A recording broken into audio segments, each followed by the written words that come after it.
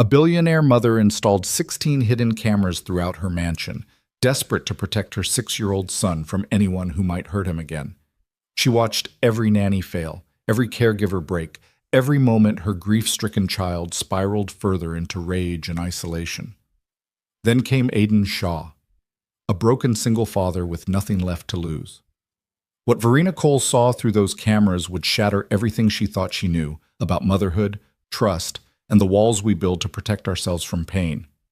This is the story of how a stranger unlocked the child no one could reach and saved a mother who'd forgotten how to live.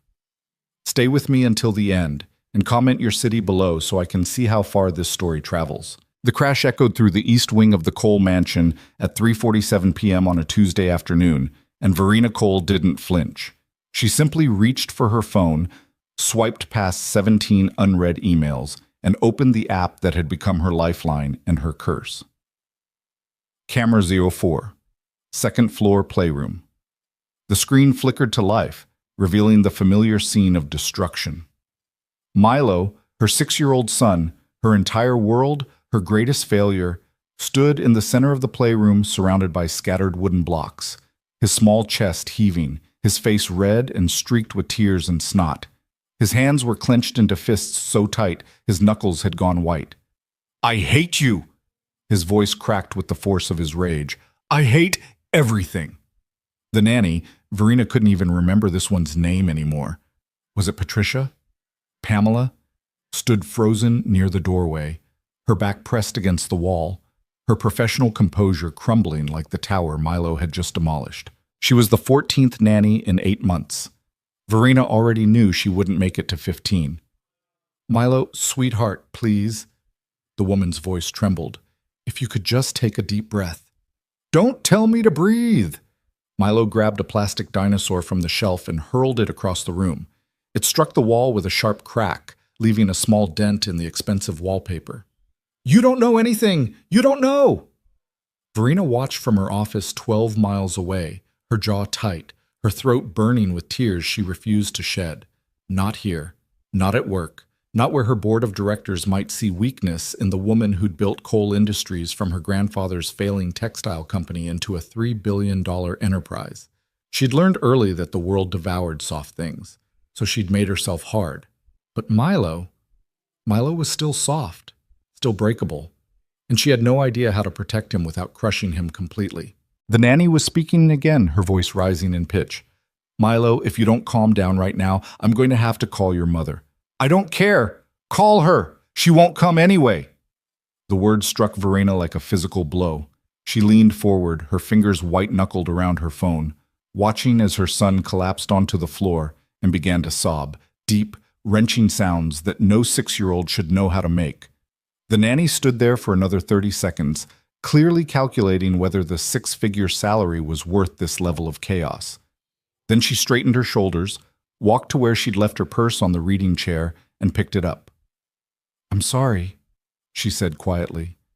Though whether she was speaking to Milo or to the cameras she suspected were watching, Verena couldn't tell. "I can't do this." She left the room. Milo didn't even look up. He just lay there on the floor, curled around himself, crying into the expensive Persian rug that his father had chosen 3 years ago, back when their family had still been whole.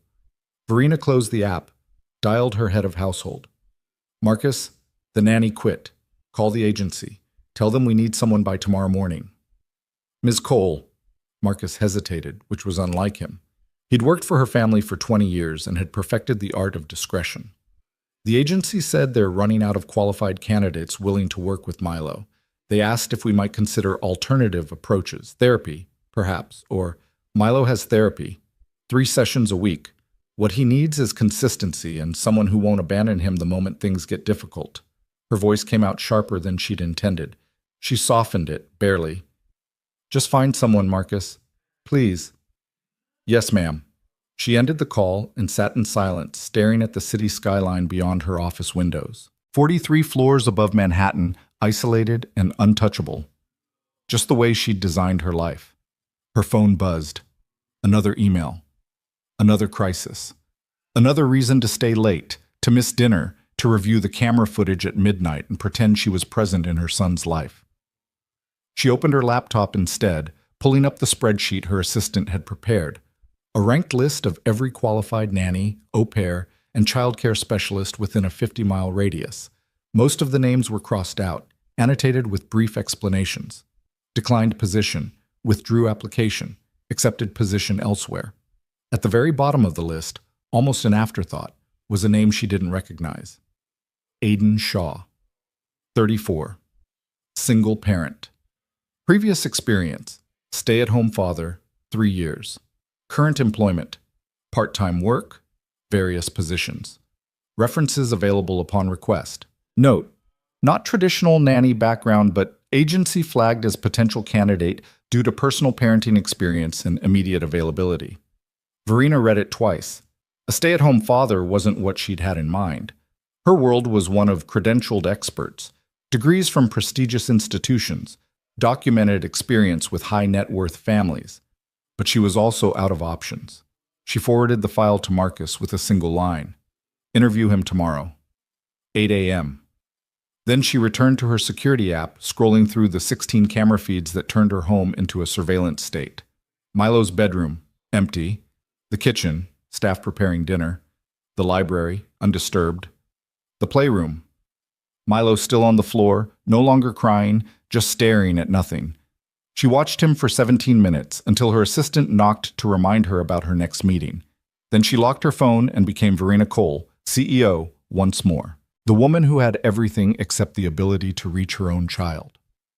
Aidan Shaw arrived at the Cole mansion at 7:52 a.m., 8 minutes early, driving a 15-year-old Honda Civic that coughed black smoke and rattled ominously every time he shifted gears. He parked it in the circular driveway between a Tesla and a Mercedes and tried not to feel like an imposter. The house was obscene, not just large. Large he could have handled, but aggressively wealthy in a way that made his stomach tight. Stone facade, tall windows, a fountain in the front lawn that probably cost more than he'd earned in the last 3 years combined.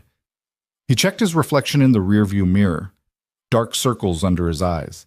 2 days stubble he'd tried to shave down to respectable. A shirt he'd ironed 3 times because he couldn't afford to replace the one Arya had spilled juice on last week. His daughter. God, he missed her. He pulled out his phone, found the photo he kept in his favorites. Arya, at 4 years old, gap-toothed and grinning, holding up a drawing of the two of them. Before everything fell apart, before his ex-wife left, before the medical bills, before he'd had to move Arya in with his father-in-law just to keep her fed and safe. Soon, he promised the photo. Just a few more months. I'm going to bring you home. He pocketed the phone and got out of the car. The front door opened before he could knock. A man in his 60s, impeccably dressed, regarded him with the neutral expression of someone who'd perfected the art of judgment. Mr. Shaw?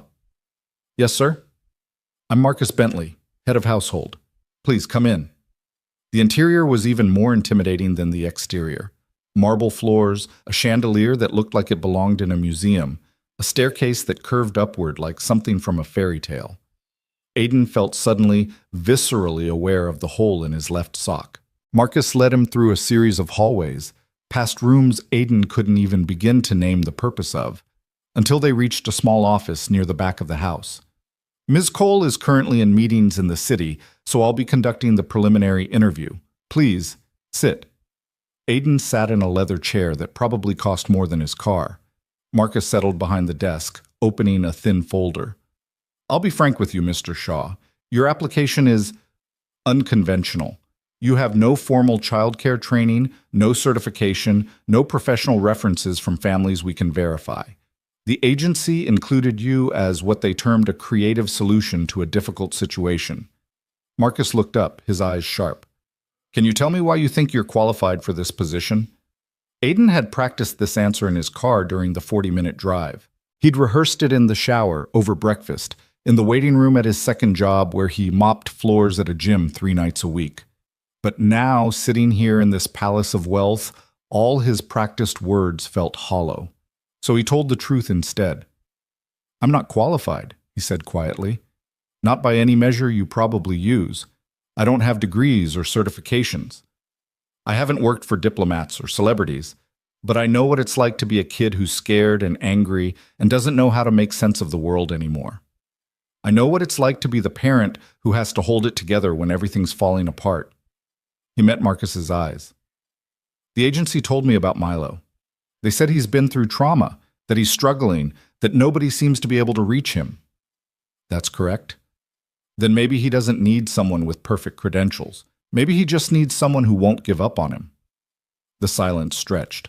Marcus studied him with an intensity that made Aiden want to squirm, but he held still, held eye contact, refused to look away. Finally, Marcus closed the folder. The position pays $80,000 annually.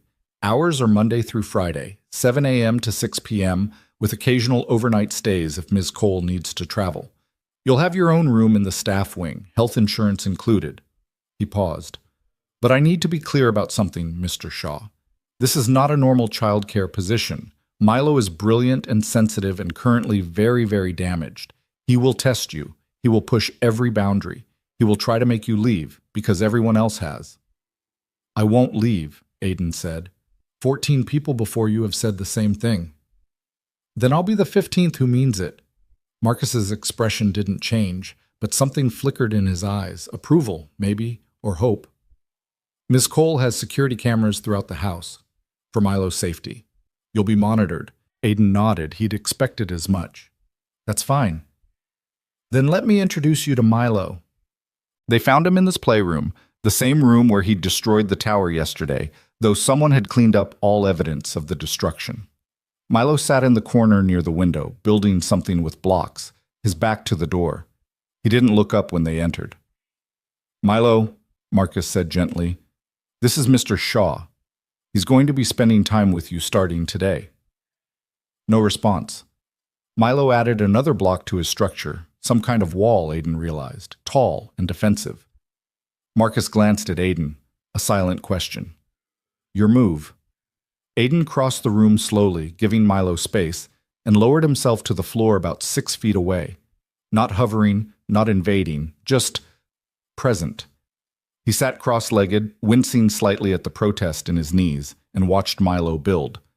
That's a good wall, Aiden said after a minute. Strong foundation. You planning to make it a castle? Milo's hand stilled, but he didn't turn around. It's not a castle. What is it? It keeps people out. Aiden nodded, even though Milo couldn't see him. Makes sense. Walls are good for that. You should go away. I could, Aiden agreed, but I just got here, and I drove a really long way. My car made this sound like a dying robot the whole time. It was pretty embarrassing. Despite himself, Milo's shoulders shifted slightly. Not quite a laugh, but close. Why did you come if your car is stupid? Because I heard there was a kid here who likes building things, and I'm pretty good at building things too. Thought maybe we could build something together. He paused. But if you'd rather build alone, that's okay too. I can just sit here and be quiet. I'm good at that. Milo finally turned around. He was small for 6, with dark hair that fell into his eyes, and a face that was all sharp angles and suspicion. He studied Aiden with the intensity of someone much older, searching for lies.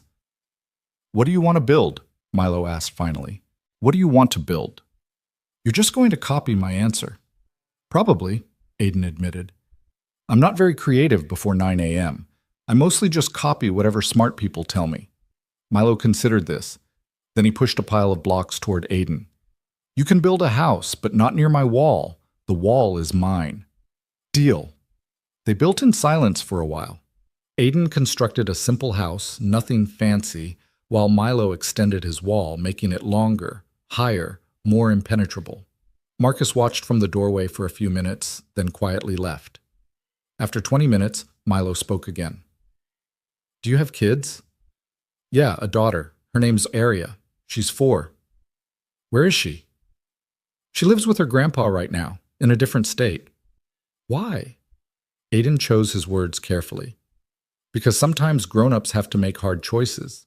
And right now the best choice for Aria is to be somewhere stable and safe while I work on making things better.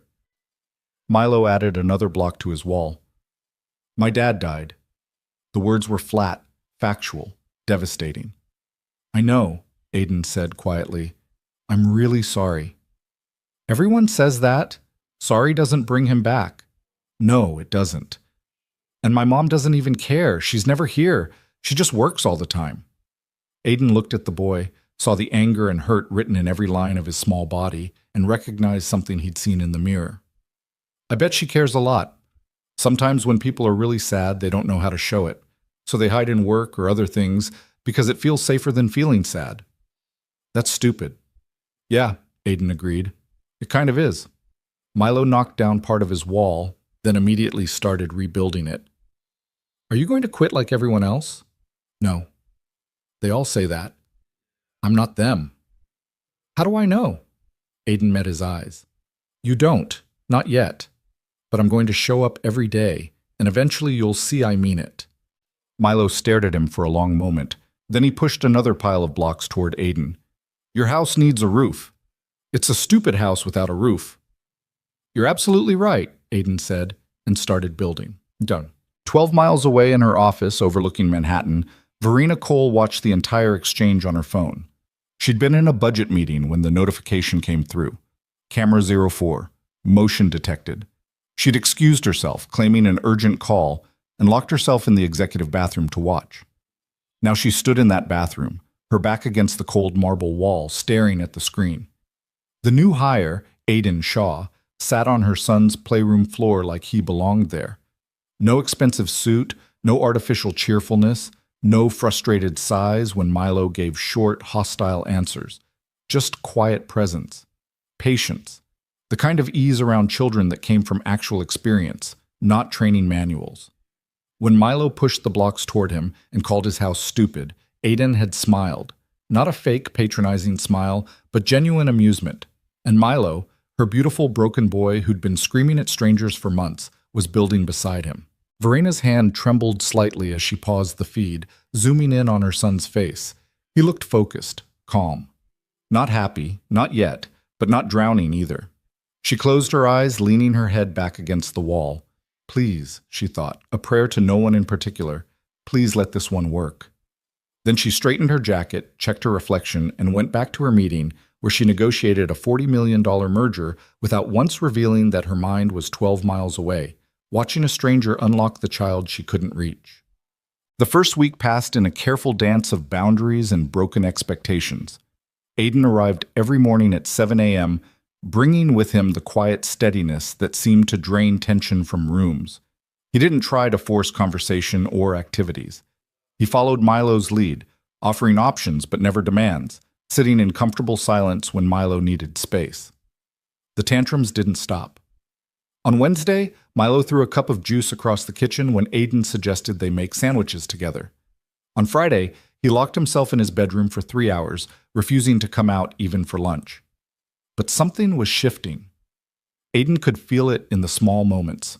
Milo asking what Arya liked to eat. Milo showing him a drawing without being prompted. Milo sitting closer during their afternoon reading sessions. And in her office, her apartment, her car during the evening commute, Verena watched. She watched Aiden clean up the spilled juice without anger, explaining gently but firmly that throwing things wasn't okay, but that being upset was. She watched him sit outside Milo's locked door and read a story aloud, his voice carrying through the wood, waiting patiently until the lock finally clicked open. She watched him crouch down to Milo's eye level for every conversation, never towering, never using his size to intimidate. She watched, and something inside her chest cracked open just a little bit.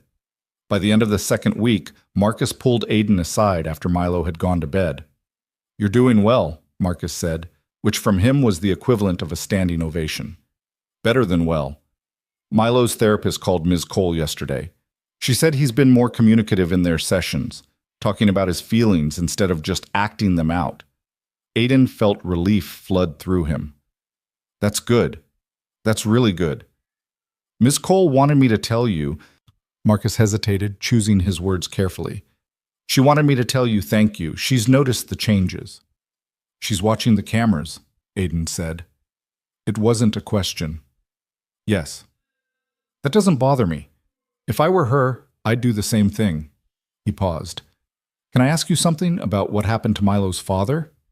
Marcus's expression shuddered slightly, but he nodded. "Car accident, 18 months ago. Drunk driver ran a red light. Mr. Cole died instantly. Ms. Cole and Milo were in the car, but they survived with minor injuries. His voice dropped. Minor physical injuries. Aiden's chest tightened. God. Milo was in a booster seat in the back. He saw everything. The therapy helps, but Marcus shook his head. Some things you can't unsee. And Ms. Cole, she threw herself into work. It's how she copes, how she's always coped. But Milo interpreted her absence as abandonment. He thinks she doesn't care about him. He thinks she cares more about her company than about him. Aiden was quiet for a moment. Does she know he feels that way? I believe she suspects. But Ms. Cole doesn't know how to bridge that gap. She never learned how to be vulnerable, even with her own child, especially with her own child. Marcus met Aiden's eyes. That's why you're so important. You're showing Milo what healthy emotional expression looks like. And whether she admits it or not, you're showing Ms. Cole too. Done. 3 weeks into the job, Aiden took Milo to the garden behind the mansion, a sprawling space that had been professionally maintained but clearly never used for anything other than aesthetics. You ever plant anything before? Aiden asked, kneeling beside a cleared patch of soil, various seed packets spread between them. Milo shook his head. It's pretty cool. You put this tiny seed in the dirt, give it water and sunlight, and eventually it becomes something big, like magic, but real. He held up a packet of sunflower seeds. Want to try? They planted 6 seeds, Milo's small hands patting the soil carefully after each one. He was meticulous, serious, approaching the task with the same intensity he brought to everything. What if they don't grow? Milo asked when they were done. Then we plant more seeds and try again. But what if those don't grow either? Then we keep trying until something does. Aiden wiped dirt from his hands. That's the thing about growing stuff. Sometimes it doesn't work the first time, or the second time, or even the 10th time. But you keep trying anyway, because the trying matters even if the outcome isn't guaranteed. Milo looked at him seriously. Are you talking about plants? Or about me? Aiden smiled. Maybe both. That night, Verena watched the footage 3 times. She watched Milo laugh when dirt got under his fingernails. She watched Aiden explain photosynthesis in a way that made it sound like a story. She watched her son carefully water the planted seeds, then stand guard over them for 20 minutes like a small, determined sentinel. And she cried. Not in her office, not in the bathroom, but in her bedroom with the lights off, where no one could see and no cameras could capture her breaking apart. She cried for her husband, for her son, for the mother she'd failed to become, for the fear that had turned her into a ghost in her own home. When the tears finally stopped, she lay in the darkness and thought about Aiden Shaw, this stranger who'd walked into her carefully controlled world and exposed every crack in her armor. She should have felt threatened, should have felt defensive. Instead, she felt something she hadn't felt in 18 months. Hope. By week 4, Milo started asking when Aiden would arrive each morning. He'd wait by the front windows, watching for the rattling Honda Civic, then run to greet him at the door. You're late, Milo announced one Monday morning when Aiden arrived at 7:03. 3 minutes. I got stuck behind a garbage truck. You should leave earlier. You're probably right. Aiden ruffled his hair, which Milo allowed without pulling away. What should we do today? Reading first, then building, then lunch, then... Milo paused, looking uncertain. Can we plant more seeds? Absolutely. They fell into routines. Reading after breakfast, usually books Milo chose from the extensive library.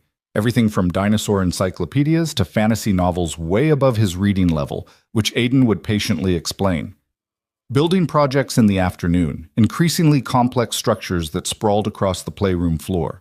Gardening when the weather permitted, Milo religiously checking his sunflower patch every day for signs of growth. And talking. So much talking. Milo talked about his father, memories that came in fragments, some happy, some confused, all tinged with loss. He talked about his mother, his voice going flat and careful whenever he mentioned her. He talked about school, which he'd stopped attending after the accident, his education now handled by a series of tutors who came and went. He talked about being scared and angry and lonely, his vocabulary for emotions growing more sophisticated each week. Aiden listened, always listened, never dismissed or minimized, just made space for whatever Milo needed to say. Why do you listen so much? Milo asked one afternoon. They were on the floor, Milo drawing while Aiden sorted through building materials. Other grown-ups always try to fix things. You just listen. Because sometimes people don't need things fixed, Aiden said. Sometimes they just need to be heard. Is that what your daughter needs? To be heard? The question caught Aiden off guard. He set down the blocks he'd been holding. Yeah, I think so. Do you miss her? Every day. Then why don't you live with her? It was the question Aiden had been dreading and expecting in equal measure. He took a breath, choosing honesty. Because right now, I can't give her the kind of home she deserves. Her grandpa has a house, a yard, stability. I have a studio apartment and 2 part-time jobs, but I'm working on it. That's why I took this job, so I can save money and bring her home. Milo was quiet for a moment. Then, she's lucky. What do you mean? You miss her. You're working hard to be with her again. She's lucky you want to be with her. The pain in those words was a punch to Aiden's chest. He shifted closer, waiting until Milo looked at him. Milo, your mom wants to be with you. I know it doesn't feel like that right now, but I promise you, she does. Then why is she never here? Because she's scared. And when people are scared, sometimes they do things that don't make sense, that hurt people they love. He paused. But that doesn't mean the love isn't there. Milo went back to his drawing, a house with 4 windows, a door, and 2 stick figures in front. I drew you an aria. Can I see? Milo held it up. The figures were smiling, holding hands, standing in front of a sunflower that was taller than the house. It's beautiful, Aiden said, his throat tight. You can keep it, for when you miss her. Aiden took the drawing carefully, like the treasure it was. Thank you, buddy. That night, Verena watched the exchange through tears she didn't bother to wipe away. She watched Aiden fold the drawing gently and slip it into his wallet. She watched Milo lean against his shoulder, comfortable in a way he'd never been with anyone else. And she realized with startling clarity that she wasn't just watching to protect Milo anymore. She was watching because she couldn't look away. Because Aiden Shaw had done something impossible. He'd made her want to be present in her own life again.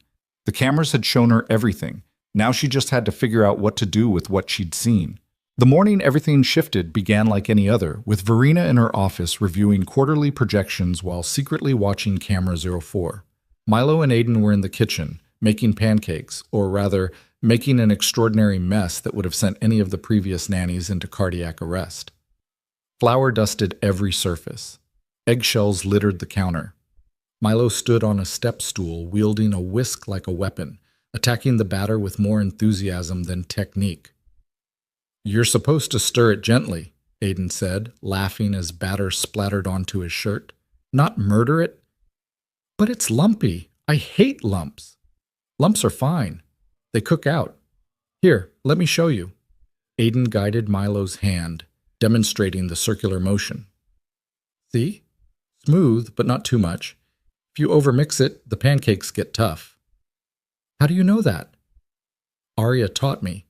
She's very particular about her pancakes. Milo's whisking slowed. What's she like? Arya? The question caught Aiden mid-reach for the vanilla extract. He set the bottle down carefully, considering. She's funny. Really funny. She tells these jokes that don't quite make sense, but she laughs so hard at them that you can't help laughing too. His voice softened. And she's brave. Braver than I was at her age. When things got hard, when her mom left and we had to move her to Grandpa's house, she didn't cry. She just held my hand and said, "It's okay, Daddy. We're going to be okay." Is she right? I'm trying to make her right. Milo poured batter onto the griddle with Aiden's help, watching the bubbles form across the surface. If you bring her here, can I meet her? If I bring her here? Aiden smiled. When I bring her here. And yeah, buddy, I'd like that a lot. Do you think she'd like me? The vulnerability in that question made Aiden's chest ache. Are you kidding? She'd love you. You could teach her how to build those amazing towers you make, and show her your drawings. And the garden. She'd go crazy for the garden. Really? Really?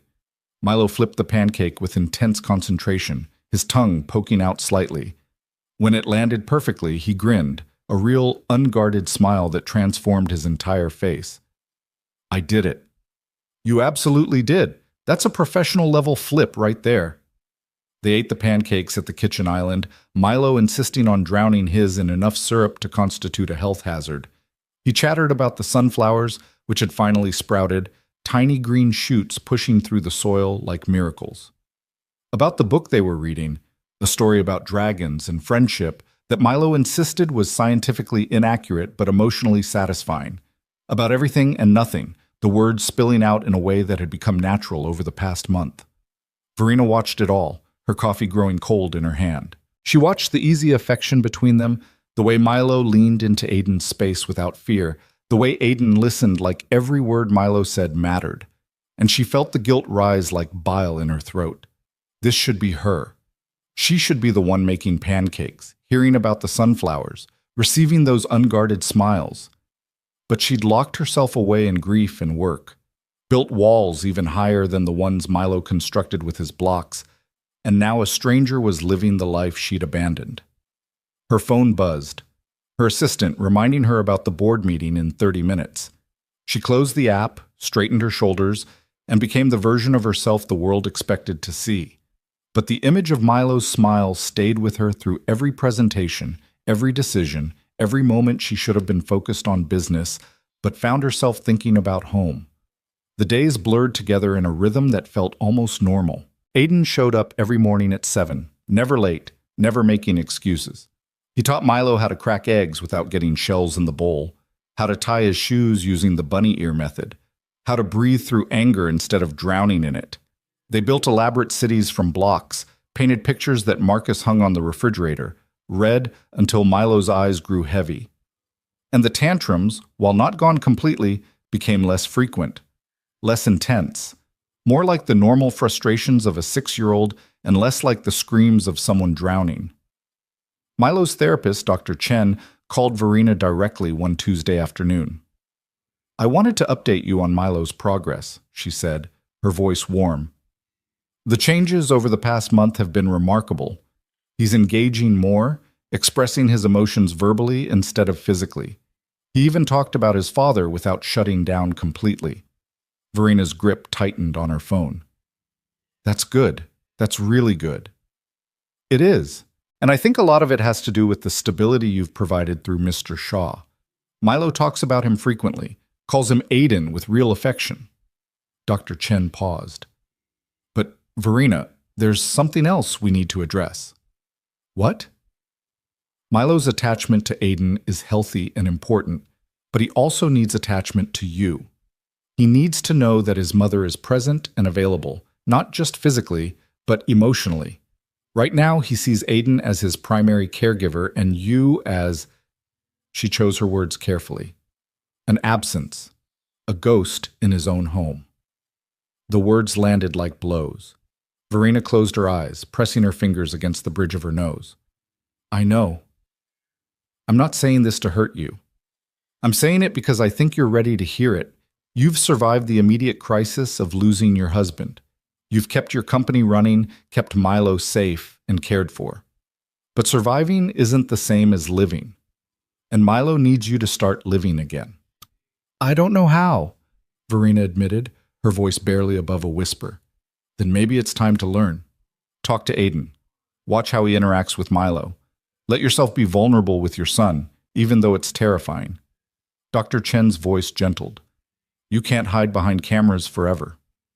After the call ended, Verena sat in silence for 20 minutes. Then she opened her laptop and pulled up the camera feeds, watching the only way she knew how. That evening, something changed. Verena arrived home at 6:30 instead of 9, walking through the front door to the sound of laughter from the playroom. She stood in the hallway, frozen, listening to Milo's giggles and Aiden's deeper chuckle. Marcus appeared beside her, silent as always. "They've been playing some kind of building game. I believe it involves dinosaurs attacking a city." "He sounds happy." "He is happy. Mr. Shaw has been good for him." Verena nodded, not trusting her voice. She should go to them, should walk into that room and be part of whatever joy they'd created. But her feet wouldn't move, paralyzed by the certainty that she'd ruin it somehow, bring her grief and awkwardness into their perfect bubble and pop it. So she did what she always did. She went to her study, closed the door, and watched them through the screen instead. The weekend arrived, and for the first time in months, Verena didn't go to the office. She wandered the mansion like a stranger, unsure what to do with unstructured time. She found herself gravitating toward wherever Milo and Aiden were, hovering in doorways, watching from distances that felt safe. On Saturday afternoon, she walked past the garden and saw them kneeling by the sunflower patch. The shoots had grown tall enough that Milo could measure them against his palm, marveling at the progress. "They're getting so big," Milo's voice carried across the yard. "That's because you take such good care of them. Water, sunlight, talking to them. You're doing everything right." "You talk to plants?" "Sometimes. My mom used to say it helped them grow. I don't know if it's scientifically true, but it can't hurt." Milo leaned down, putting his face close to the tallest shoot. "Grow big and strong," he whispered. "You can do it." Verena's throat closed. She turned away before they could see her, pressing her back against the side of the house, fighting tears. This was her son. Her beautiful, resilient son who'd survived trauma and loss and her own inadequacy as a mother. And he was healing, growing, finding joy again. Without her. Because of her absence. She went back inside, climbed the stairs to her bedroom, and for the first time since installing the cameras, she considered turning them off. Not because she trusted Aiden, though she did, she realized completely, but because watching was no longer enough. It was becoming torture, showing her everything she was missing, everything she'd failed to be. But she couldn't bring herself to delete the app. Not yet. So she compromised, setting it aside on her nightstand and forcing herself to spend the rest of the weekend doing other things. Reading, answering emails, existing in her own home without constant surveillance. It felt like withdrawal. Monday morning brought another shift. Verena had a breakfast meeting in the city that ran late, which meant she wasn't at her desk for Aiden's arrival.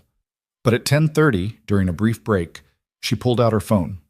The kitchen camera showed Aiden and Milo baking something, cookies maybe, from the chocolate chips scattered across the counter. But it was what she heard that stopped her breath. "Aiden?" Milo's voice was quieter than usual. "Can I ask you something?" "Always." "Why doesn't my mom like being around me?" The question hung in the air like smoke. Aiden set down the spoon he'd been holding, his expression careful. "Milo, your mom loves you so much." "Then why is she never here?" "Because..." Aiden crouched down to Milo's level, his voice gentle but honest. "Because sometimes when people lose someone they love, they forget how to be close to other people. They get scared that if they love too much, they'll lose again. So they put up walls and hide behind work or other things, not because they don't care, but because they care so much it hurts." "That's stupid." "Yeah," Aiden agreed. "It kind of is. But people do stupid things when they're scared." "Is that what you did? When Arya's mom left?" The question clearly caught Aiden off guard. He sat back on his heels, running a hand through his hair. Yeah, I did. I got so caught up in trying to fix everything, in working multiple jobs and keeping everything together, that I forgot to actually be present with Arya. I thought providing for her was the same as being there for her, but it's not." "Did you figure it out?" "I'm trying to. That's why I took this job, so I could build a life where I can actually be the dad she deserves." He paused. "And I think your mom is trying to figure it out too. She just doesn't know how yet." Milo was quiet for a long moment, shaping cookie dough with intense focus. "Do you think she'll ever learn?" "I think she wants to, and wanting to is the first step." Verena's hand shook so badly she nearly dropped the phone. She excused herself from the meeting, found an empty conference room, and locked herself inside. Then she watched the footage again. And again, Aiden's words echoing in her head. Sometimes when people lose someone they love, they forget how to be close to other people. She just doesn't know how yet. Wanting to is the first step. She wanted to. God, she wanted to so desperately it felt like drowning. But the gap between wanting and doing felt impossibly wide, and she had no idea how to bridge it. Her phone rang. Marcus. "Miss Cole, I apologize for interrupting, but we have a situation." Her heart dropped. "What happened? Is Milo..." "Milo is fine, but Mr. Shaw received a call about an hour ago. Family emergency. His daughter is sick and he needs to fly out tonight to see her." Marcus hesitated. "He asked if he could leave early today. I told him, of course, but that means Milo will need coverage for the rest of the week. Should I call the agency? No. The word came out sharper than intended. No, don't call anyone. I'll come home. I'll take care of Milo myself. The silence on the other end was deafening. Ms. Cole, are you certain? I could reach out to Marcus. He's my son. I should be able to take care of my own son for a few days. Her voice cracked slightly. Please don't call anyone else. I'll leave now. She ended the call, gathered her things, and left the office building without explanation. The drive home took 45 minutes through midday traffic, 45 minutes of panic and doubt spiraling through her mind. What if Milo didn't want her there? What if she made everything worse? What if she couldn't do this? But the alternative, calling in another stranger while Aiden was gone, felt impossible. Milo had already attached to Aiden. Having him disappear, even temporarily, would be hard enough without adding another new person to the mix. She pulled into the driveway at 12:15. Through the front windows, she could see Aiden in the foyer, a small duffel bag at his feet, kneeling in front of Milo. Verena walked in quietly, catching the tail end of their conversation. Just for a few days, buddy. I'll be back Friday, I promise. But what if Arya is really sick? What if you need to stay longer? Milo's voice was tight with barely controlled panic. Then I'll call you and explain everything, and we'll figure it out together. But I'm not disappearing. I'm not leaving for good. This is just temporary. Everyone says things are temporary, and then they never come back. Aiden pulled Milo into a hug, holding him close. I know. I know people have broken that promise to you before, but I won't. I swear to you, Milo, I will come back. You promise? I promise. Verena cleared her throat softly. They both turned, Milo's expression immediately shuddering when he saw her. Mr. Shaw? She said, her voice steadier than she felt. I heard about your daughter. I hope she's all right. Aiden stood, releasing Milo reluctantly. Thank you, Ms. Cole. Her grandfather said it's just a bad fever, but she's been asking for me. I need to see her. Of course. Take as much time as you need, and please... She hesitated, then reached into her purse, pulling out her personal credit card. Use this for any medical expenses, or travel costs, whatever you need. He stared at the card like it might bite him. Ms. Cole, I can't... You can. Consider it a bonus. Or an advance on your salary. I don't care what you call it, but if your daughter needs care, she should have it without you worrying about cost. Her voice softened. Go take care of your child, Mr. Shaw. That's what matters. For a moment, Aiden looked like he might argue. Then he took the card carefully, slipping it into his wallet. Thank you. I'll pay you back. Let's worry about that later. He grabbed his bag, then crouched down one more time in front of Milo. Remember what we talked about. Your mom loves you. Give her a chance, okay? Milo nodded, not looking convinced, and Aiden stood meeting Verena's eyes with an intensity that made her breath catch. He's scared of being alone with you, not because he doesn't love you, but because he doesn't know if you love him. Show him. However you can, just show him. Then he was gone, the front door closing behind him, leaving Verena alone with her son for the first time in longer than she could remember. Milo stood in the foyer, his arms crossed, his expression guarded. The silence stretched between them like a chasm. So, Verena said finally, her voice coming out awkward and too formal. What should we do? I don't know. What do you want to do?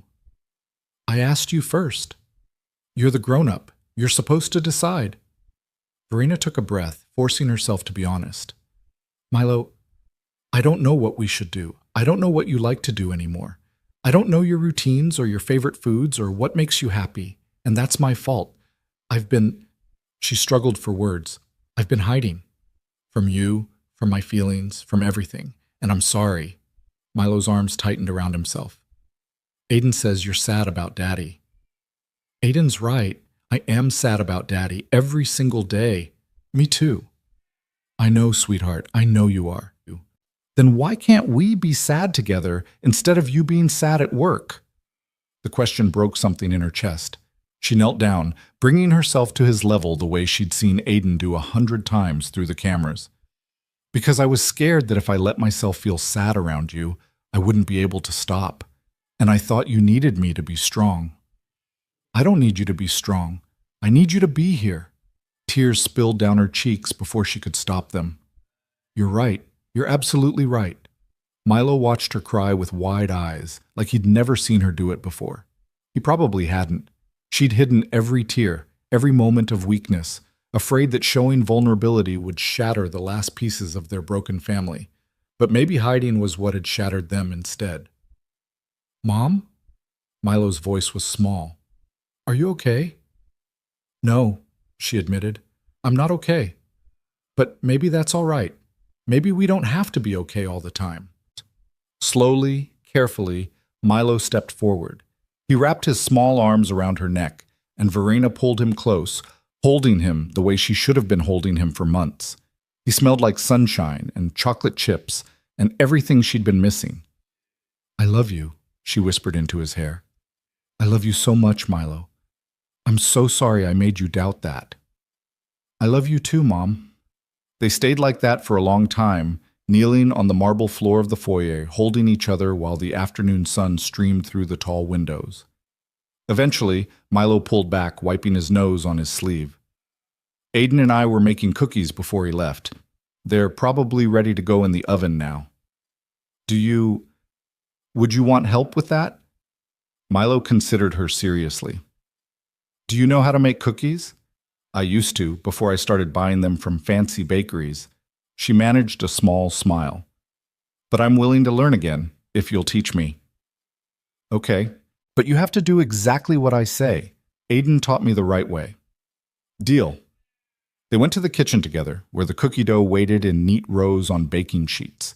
Verena preheated the oven while Milo explained each step with the seriousness of a general planning military strategy. "You have to set the timer for exactly 12 minutes. Not 11, not 13. 12. 12 minutes. Got it. And you can't open the oven to check on them. Aiden says that lets out the heat and makes them cook weird." "No opening the oven. Understood." They slid the trays in and set the timer. While they waited, Milo pulled out the drawings he'd been working on. Elaborate scenes of dragons and castles, and in one corner, stick figures that Verena recognized as himself, Aiden, and Arya. "These are beautiful," she said, studying them carefully. "You're really talented."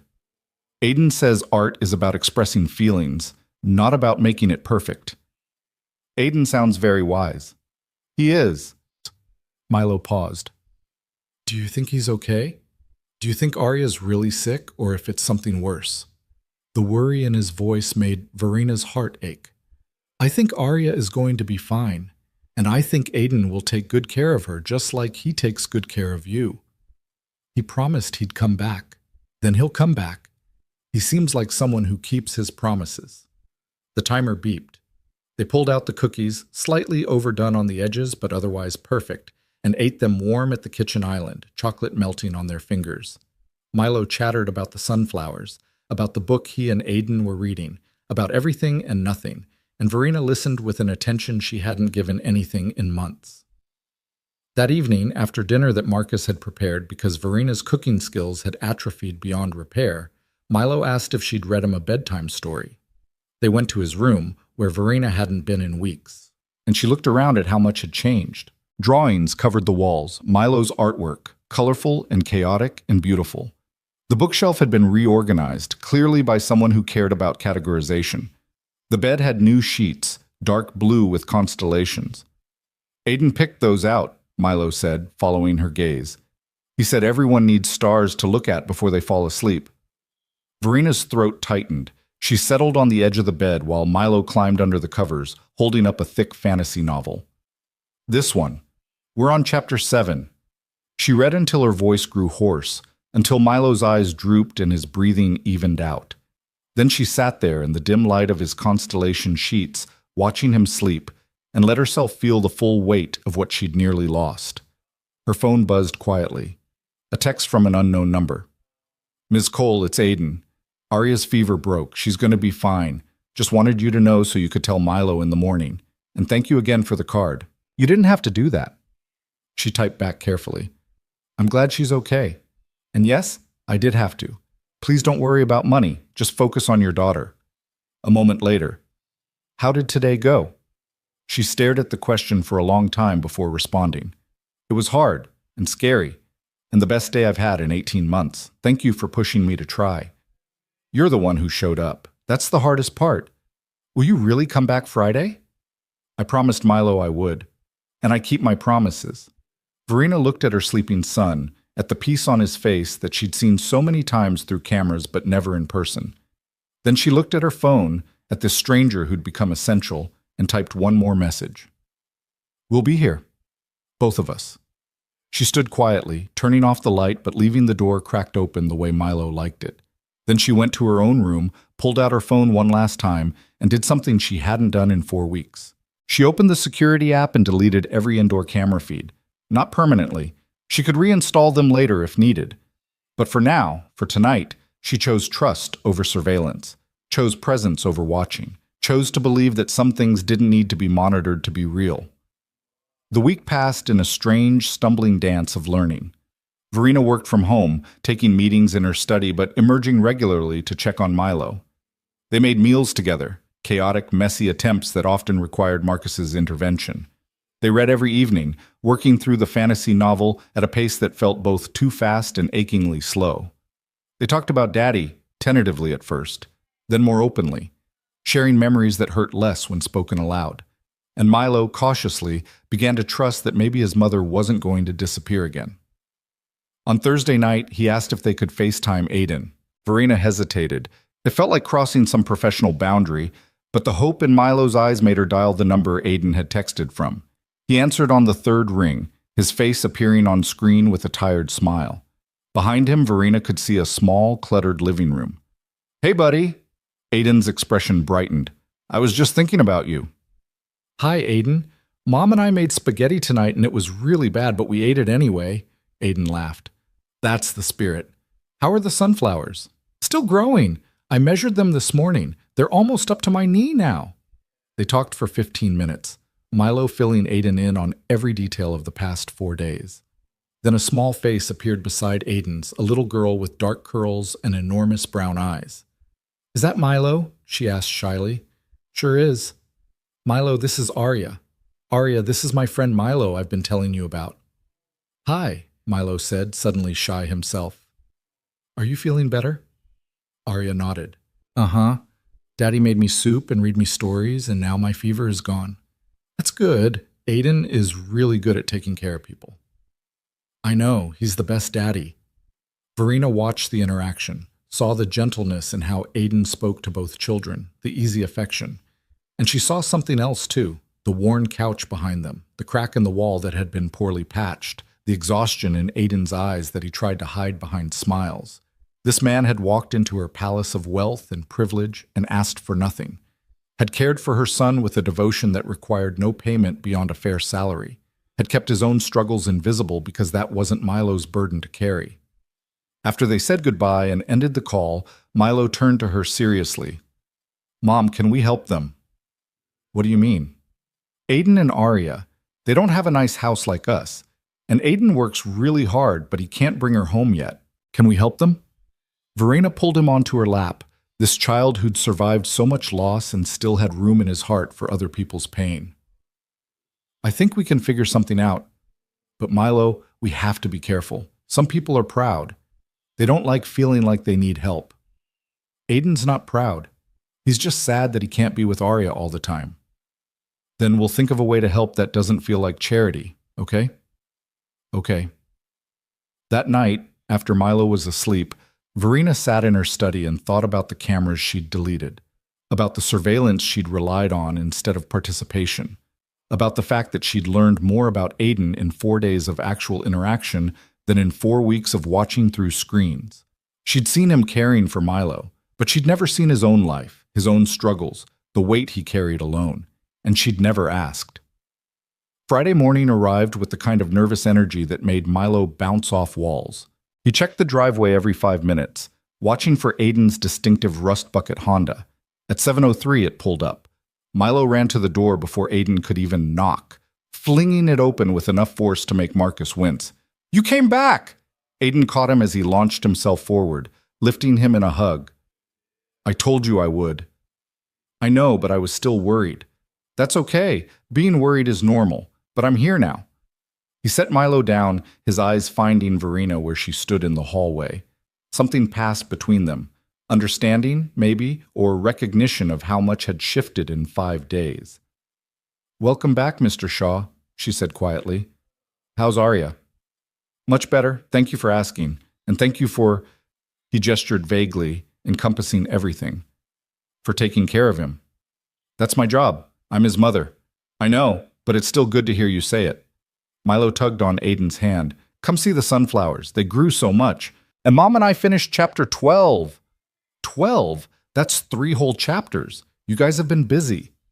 As Milo dragged Aiden toward the back door, chattering nonstop about everything they'd done, Verena found herself following at a distance, watching, but differently now. Not through a screen, not from hiding, but openly, allowing herself to be part of the scene instead of just an observer.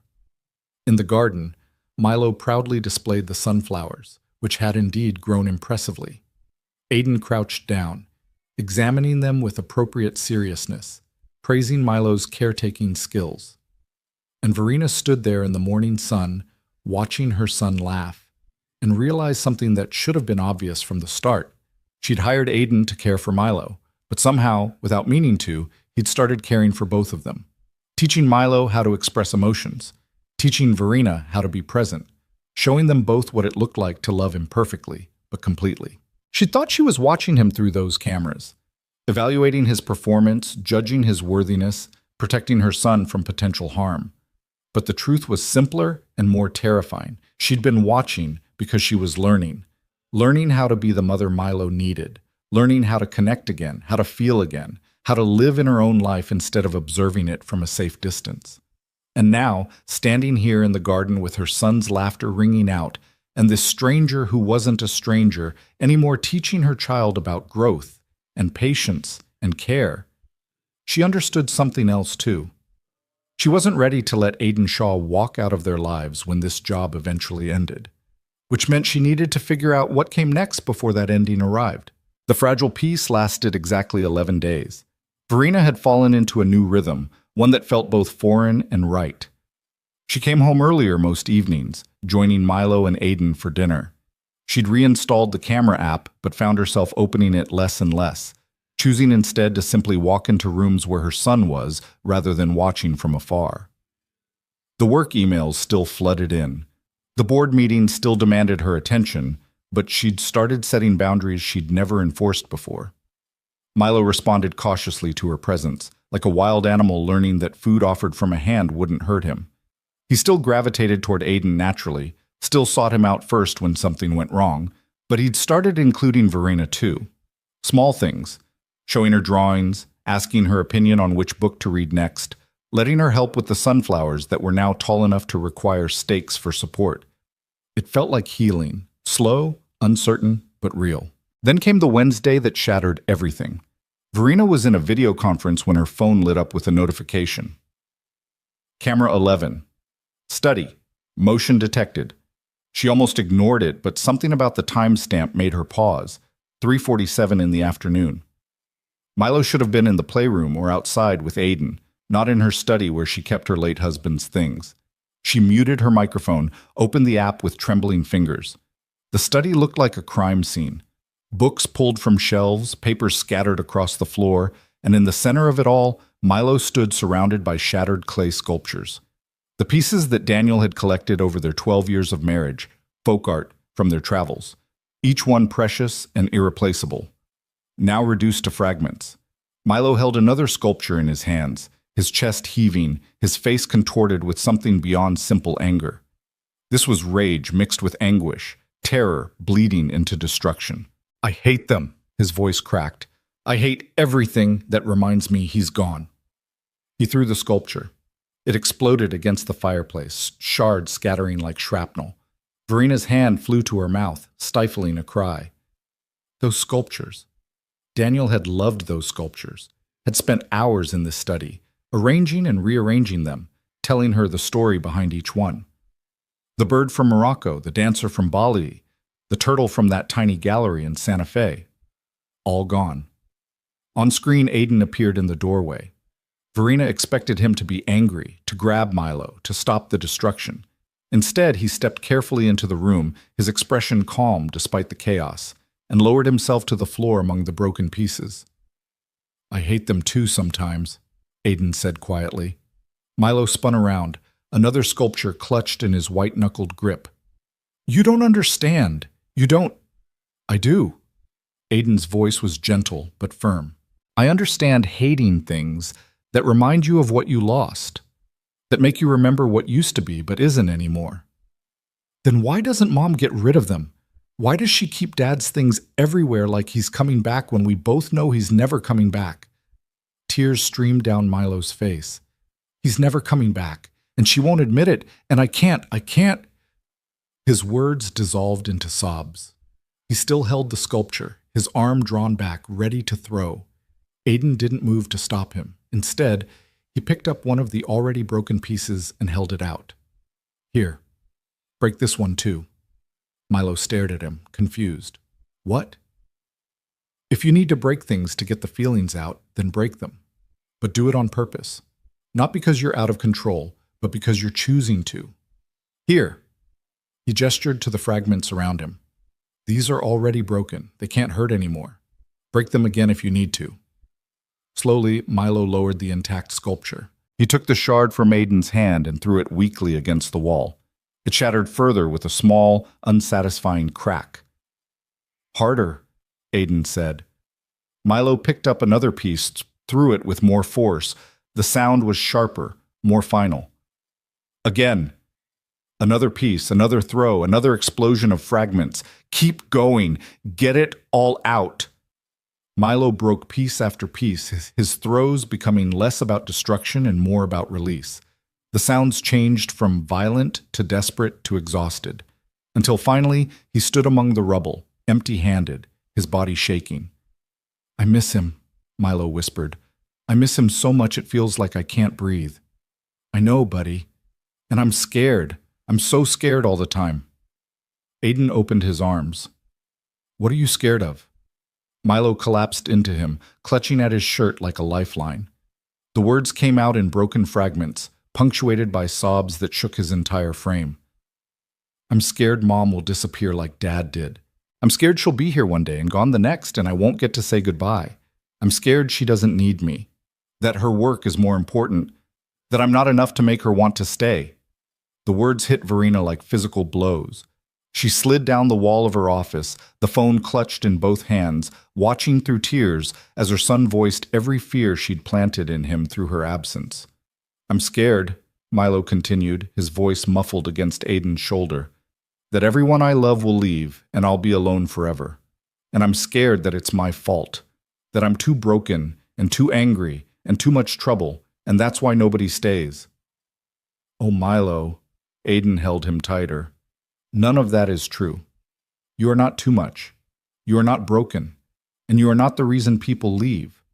Sometimes terrible things happen that have nothing to do with us, no matter how much we wish we could have stopped them. But what if Mom leaves too? She won't. You don't know that. Dad didn't mean to leave, and he did anyway. What if something happens to Mom too? What if I lose her like I lost him?" Aiden pulled back just enough to look Milo in the eyes. "You want to know the truth? The scary truth that nobody likes to say out loud?" Milo nodded, hiccuping. "You're right. I can't promise nothing will happen to your mom. None of us can promise that because life is unpredictable and sometimes terrible things happen to good people. But here's what I can tell you. Your mom loves you. More than her company, more than her work, more than anything. She's been scared too, scared of losing you, scared of not being enough, scared of doing everything wrong. But she's trying. Every day she's trying to be braver for you. How do you know? Because I've seen it. The way she looks at you when she thinks nobody's watching. The way she asks me questions about what you like and what makes you happy. The way she came home early all last week, even though I know she had important meetings. She's learning, Milo, just like you're learning. And maybe that's all any of us can do. Just keep learning and trying and showing up, even when it's scary." Milo was quiet for a long moment, his breathing gradually evening out. Then he looked at the destruction around them, at the broken sculptures that could never be put back together. "Mom's going to be so mad." "Maybe. Or maybe she'll understand." I ruined Dad's things. You didn't ruin them. You expressed feelings that were too big to hold inside anymore. There's a difference. Aiden stood, lifting Milo with him. Come on, let's get you cleaned up, and then we'll figure out how to talk to your mom about this. I don't want to talk to her. She'll hate me. She won't hate you. She could never hate you. Aiden's voice was firm. But we do need to tell her what happened. Not because you're in trouble, but because she needs to understand what you're feeling, okay? Milo nodded reluctantly, and they left the study. Aiden's arm around the boy's shoulders, steady and supporting. Verena sat on her office floor for another 5 minutes, unable to move, unable to process. Her son thought she might disappear, thought her work was more important than him, thought he was too broken to love, and he was destroying his father's memory because nobody had taught him how to hold grief without it destroying him first. She'd failed. As a mother, as a widow, as a human being, she had failed spectacularly. All her money, all her success, all her carefully controlled surveillance. None of it had protected Milo from the pain of losing his father and feeling like he was losing his mother, too. Her assistant knocked on the door. Miss Cole, they're waiting for you to unmute. Cancel the rest of my meetings, Verena said, her voice hollow. All of them. Today, tomorrow, the rest of the week. Cancel everything. But the board presentation, I said, cancel everything. She ended the video call without explanation, grabbed her bag, and left the office. The drive home was a blur of tears and traffic and the echo of Milo's words in her head. I'm scared she doesn't need me, that I'm not enough to make her want to stay. She pulled into the driveway at 4:30, her hands shaking so badly she could barely turn off the ignition.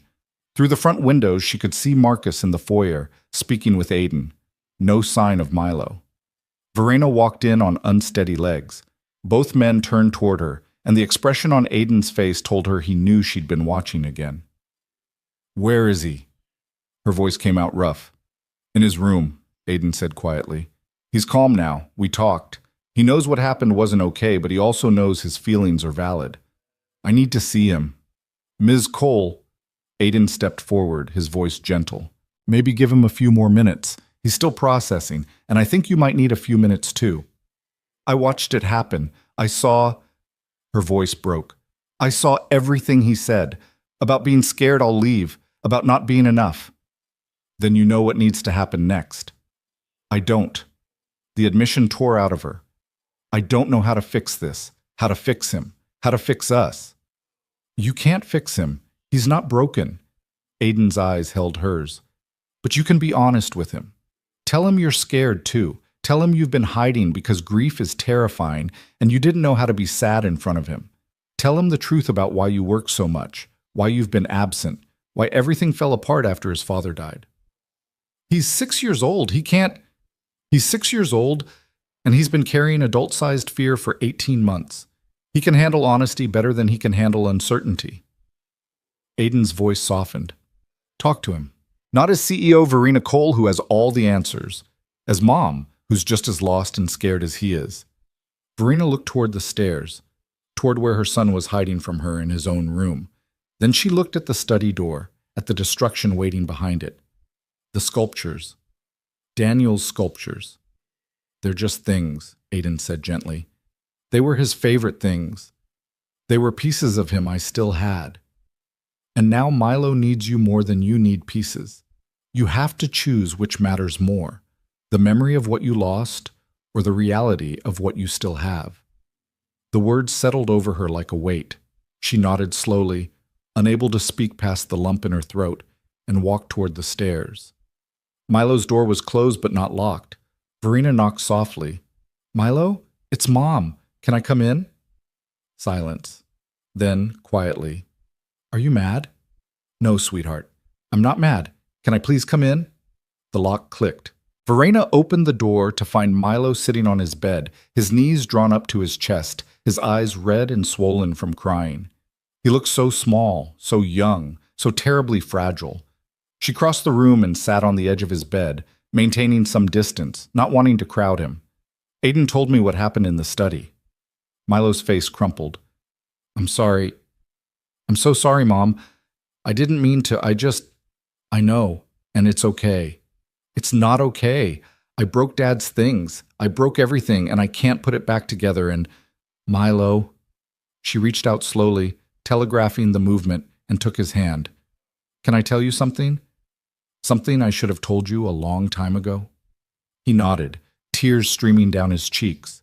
Verena took a shaky breath. When Daddy died, I broke too. Not on the outside where people could see, but on the inside. And I was so scared of being broken in front of you that I hid.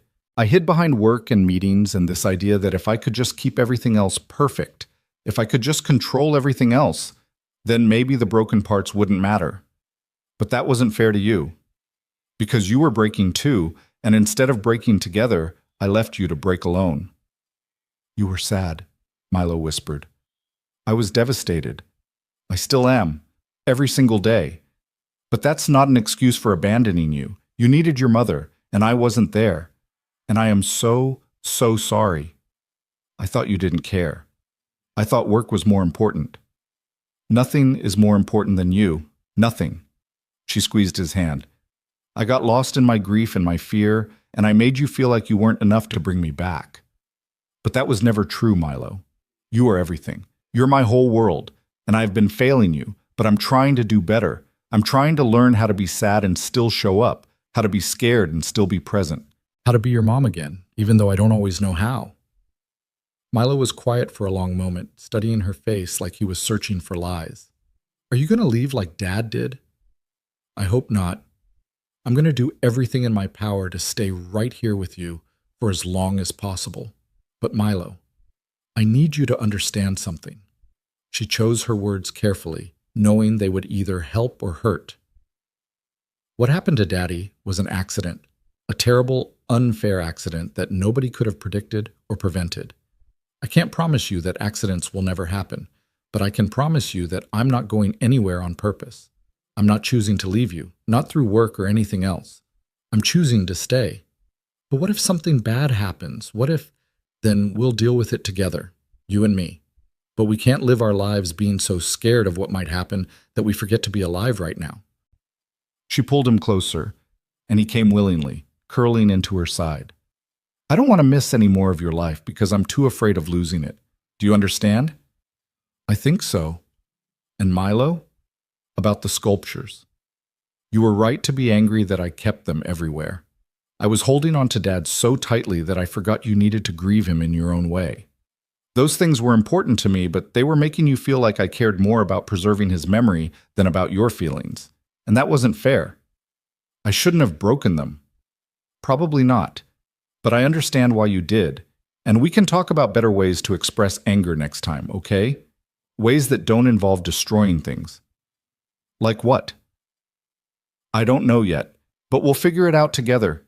Maybe talk to Dr. Chen about it. Maybe find some physical way to release those big feelings that doesn't hurt anyone or break things we can't replace. She kissed the top of his head. The important thing is that you tell me when you're feeling that angry or scared instead of holding it in until it explodes. Will you really listen? Yes, I promise I will really listen. They sat together in silence, Milo's breathing gradually calming, his body relaxing against hers. Outside, the sun was beginning to set, casting long shadows across his constellation sheets. Mom? His voice was small again. Can Aiden stay with us? Forever? The question caught her off guard. What do you mean?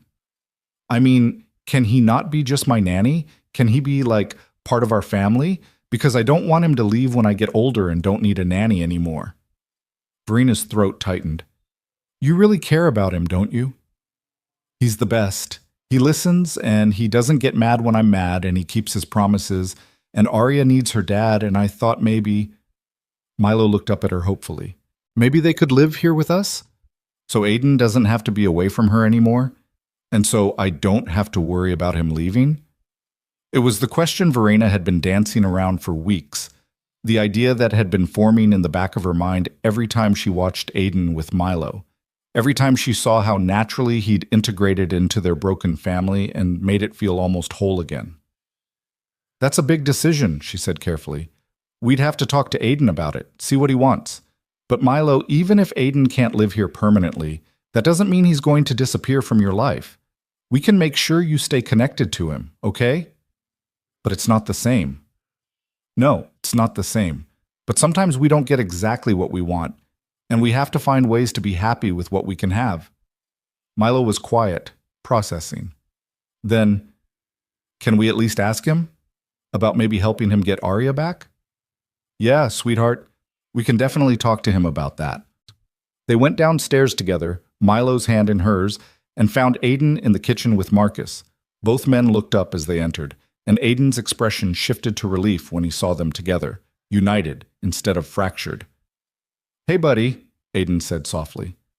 How are you doing? Better. Mom and I talked. Milo squeezed Verina's hand. And I'm sorry about the sculptures, to both of you. I know they were special.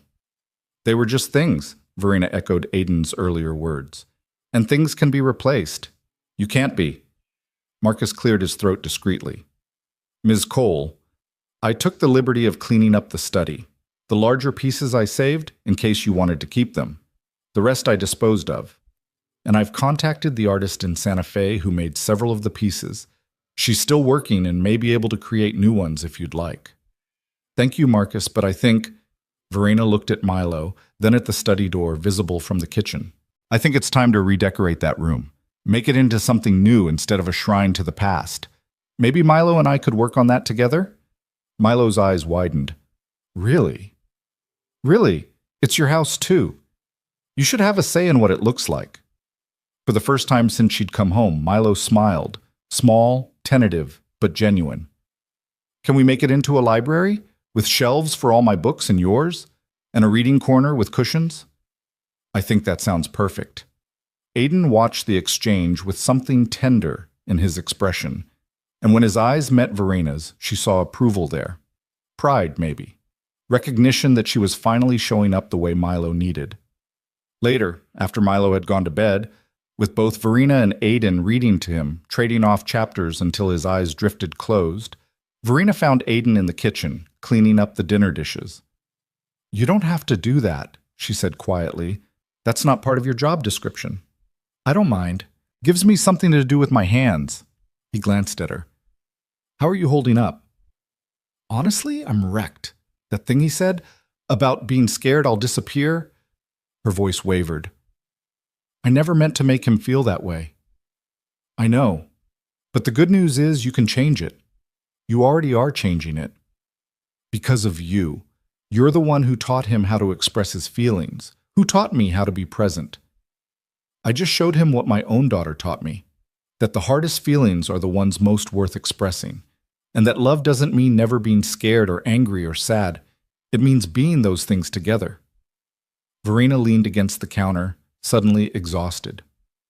Milo asked if you could stay permanently, if you and Arya could move in here so he doesn't have to worry about you leaving.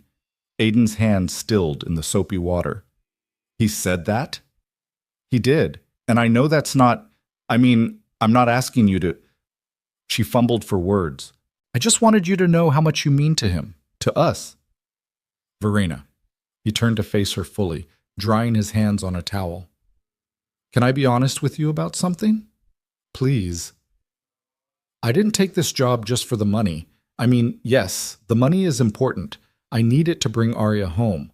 But I took this job because I saw a kid who was hurting the way my daughter was hurting, and I thought maybe I could help.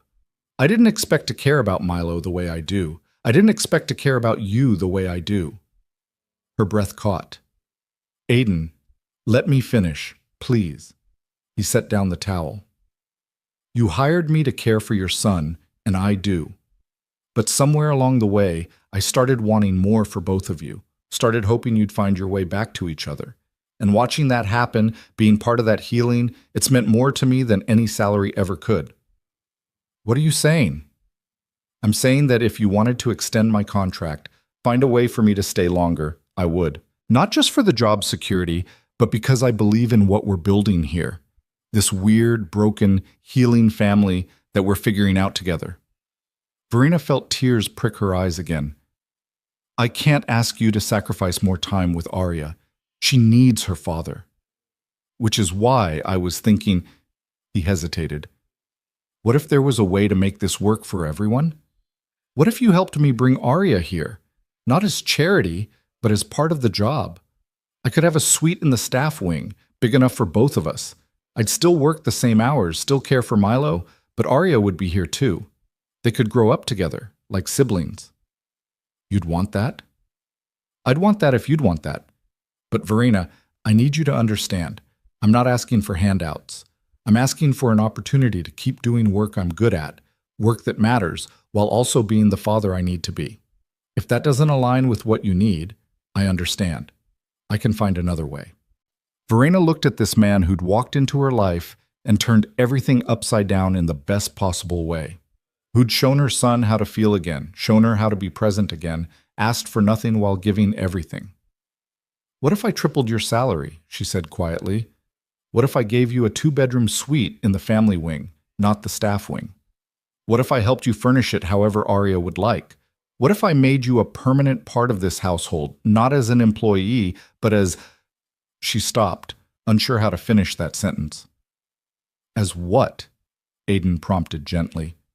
As family, she finished. Whatever that means. Whatever shape that takes.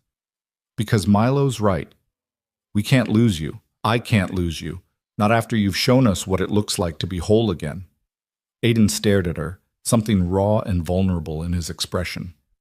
You mean that? I mean that. I don't know exactly how to make it work, but I know I want to try. For Milo, for Arya, for... She swallowed hard. For me. The silence stretched between them, heavy with implications neither was quite ready to voice. Then Aiden smiled, the kind of smile that transformed his whole face, and nodded. Okay, yeah, let's try. Part 4. The resignation and the reckoning. The plan should have been simple. They'd sat at the kitchen table that night, sketching out logistics on the back of an envelope like excited conspirators. Aiden would fly out the following weekend to bring Arya back. Marcus would oversee the preparation of the suite in the family wing. 2 bedrooms, a shared bathroom, enough space for a little girl to feel at home. Verena's lawyers would draw up a new contract, something that reflected the permanence they were reaching for. It should have been simple. But 3 days later, everything fell apart. Verena was reviewing the contract revisions when her office door opened without warning. She looked up, prepared to scold whichever assistant had forgotten to knock, and found Aiden standing there instead. He'd never come to her office before, had never crossed that boundary between her work life and the fragile home life they were rebuilding. The expression on his face stopped her breath. We need to talk, he'd said quietly, and closed the door behind him. She stood automatically, her heart already racing. What happened? Is Milo Milo's fine. He's with Marcus. Aiden crossed to her desk but didn't sit, just stood there with his hands shoved in his pockets, his shoulders tense. I came to give you this. He pulled out a folded piece of paper and set it on her desk. Even before she opened it, Verena knew what it was. Her hands shook as she unfolded the letter, her eyes scanning the neat handwriting that somehow made everything worse. Dear Ms. Cole, this letter serves as my formal resignation from the position of child care provider for your son, Milo Cole, effective 2 weeks from today's date. I want to be clear that this decision has nothing to do with Milo or any dissatisfaction with the position itself. Working with your son has been one of the most meaningful experiences of my life, and I will carry the memory of our time together always. However, I believe it's in Milo's best interest that I step back before his attachment to me becomes something that could hurt him. He deserves stability with his primary caregiver, you, and I'm concerned that my continued presence might hinder rather than help his healing. The words blurred as tears filled her eyes. She forced herself to keep reading. I've watched you become the mother he needs over these past weeks. You don't need me anymore. And when you realize that, when you're ready to move forward without my help, my leaving will only hurt Milo more if we wait.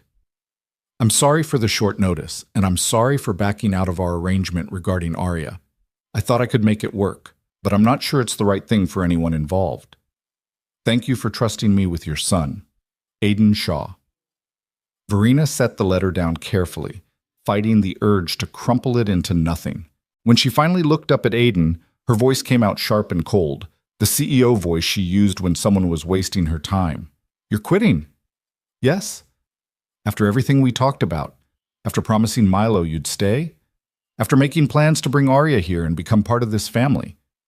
You're just walking away. I'm not walking away. That's exactly what you're doing. She stood, her hands flat on the desk to keep them from shaking. You're running, just like everyone else who's gotten close to Milo and decided he was too much work. Just like every nanny who quit after 2 weeks because it was easier than trying. Aiden's jaw tightened. That's not fair. Fair? You want to talk about fair? You spent 2 months teaching my son how to trust again, how to open up, how to believe that people won't abandon him. And now you're proving him right. Everyone leaves, even you. That's not why I'm leaving. Then explain it to me. She crossed her arms, her throat burning with unshed tears. Explain how this isn't exactly what Milo was terrified of. Explain how you're not doing exactly what you promised you wouldn't do. Aiden ran both hands through his hair, his composure cracking. Because he's too attached. Can't you see that? He's not just attached to me as a caregiver. He's starting to see me as a replacement for his father. And that's not healthy. That's not fair to Daniel's memory. And it's not fair to you. Daniel is dead. The words came out harsh, brutal. And Milo needs people who will show up for him. People who won't disappear the moment things get complicated. I'm trying to prevent him from getting hurt worse later. By hurting him now instead? That's your solution? You're ready to be his mother again. Aiden's voice rose for the first time since she'd known him. You don't need me hovering around, teaching you how to parent your own child. You figured it out. You're showing up, you're being present, you're doing everything right. So what's my role now? To stick around until you realize you don't need the training wheels anymore. To become so integral to Milo's life that when I eventually have to leave, it destroys him? Who said you'd have to leave? Everyone leaves eventually. Jobs end. People move on. And the longer I stay, the harder it will be when what? Verena demanded. When life happens? When circumstances change? Aiden, that's just life. We can't protect Milo from every possible hurt by preventing him from getting attached to people. That's not protection. That's isolation. You don't understand. Then make me understand. Because from where I'm standing, this looks like a man who's terrified of commitment, who'd rather quit than risk being part of something real. The accusation hung in the air between them. Aiden's expression shifted, hurt flashing across his face before he locked it down. You think this is about me being scared? I think this is about you doing to Arya what I did to Milo, keeping yourself at a distance because it feels safer than risking more loss. Verena's voice softened despite her anger. You told me I was hiding behind work, but you're hiding behind sacrifice. Convincing yourself that leaving is noble when really it's just easier than staying and seeing what we could build together. That's not... Aiden stopped, closing his eyes. When he opened them again, they were bright with unshed tears. My wife left because I wasn't enough, because I couldn't provide the life she wanted, couldn't be the man she needed. She chose her own freedom over our daughter, and I've spent 3 years trying to become someone who deserves Arya, someone who won't fail her the way I failed her mother. You didn't fail anyone. I did, and I see that same pattern starting here. Milo getting attached to me because his real parent isn't available. Me stepping into a role that isn't mine to fill. And eventually, you're going to realize that you don't need me. That you're better off without the complication of having your employee's kid living in your house, without the weird dynamic of me being somewhere between staff and family. And when that happens, when you're ready to move forward, I can't. His voice broke. I can't go through being left again. I can't watch another person I care about decide I'm not worth keeping. The admission stripped away Verena's anger, leaving only aching understanding. She walked around her desk slowly, stopping a few feet from him. Is that what you think? That I'd eventually decide you weren't worth keeping? People always do. I'm not people, and this isn't your marriage. She chose her next words carefully, knowing they could either heal or hurt. Aiden, you saved my son. You saved me. You walked into our disaster of a life and showed us what it looked like to be whole again. And I'm not going to wake up one day and decide that's not valuable. I'm not going to decide you're disposable. You can't know that. You're right. I can't promise that life won't change, that circumstances won't evolve, that everything will stay exactly as it is right now. But I can promise that I want you here, not as an employee, not as a convenience, but as someone who matters, someone who belongs. Aiden shook his head, his jaw working. Milo deserves better than someone who's just trying to fill the hole his father left. Milo deserves people who love him, and you love him. I've watched you with him every single day for 2 months. That's not duty or professional obligation. That's genuine care. And yes, he's attached to you, but that's not unhealthy. That's what healing looks like. He's learning to trust again, to open his heart again, to believe that good people exist who won't hurt him. Until I have to leave and prove him wrong. Why do you have to leave? Verena moved closer, close enough to see the pain etched in every line of his face. I offered you a permanent position, a home for you and Arya, a place in our family.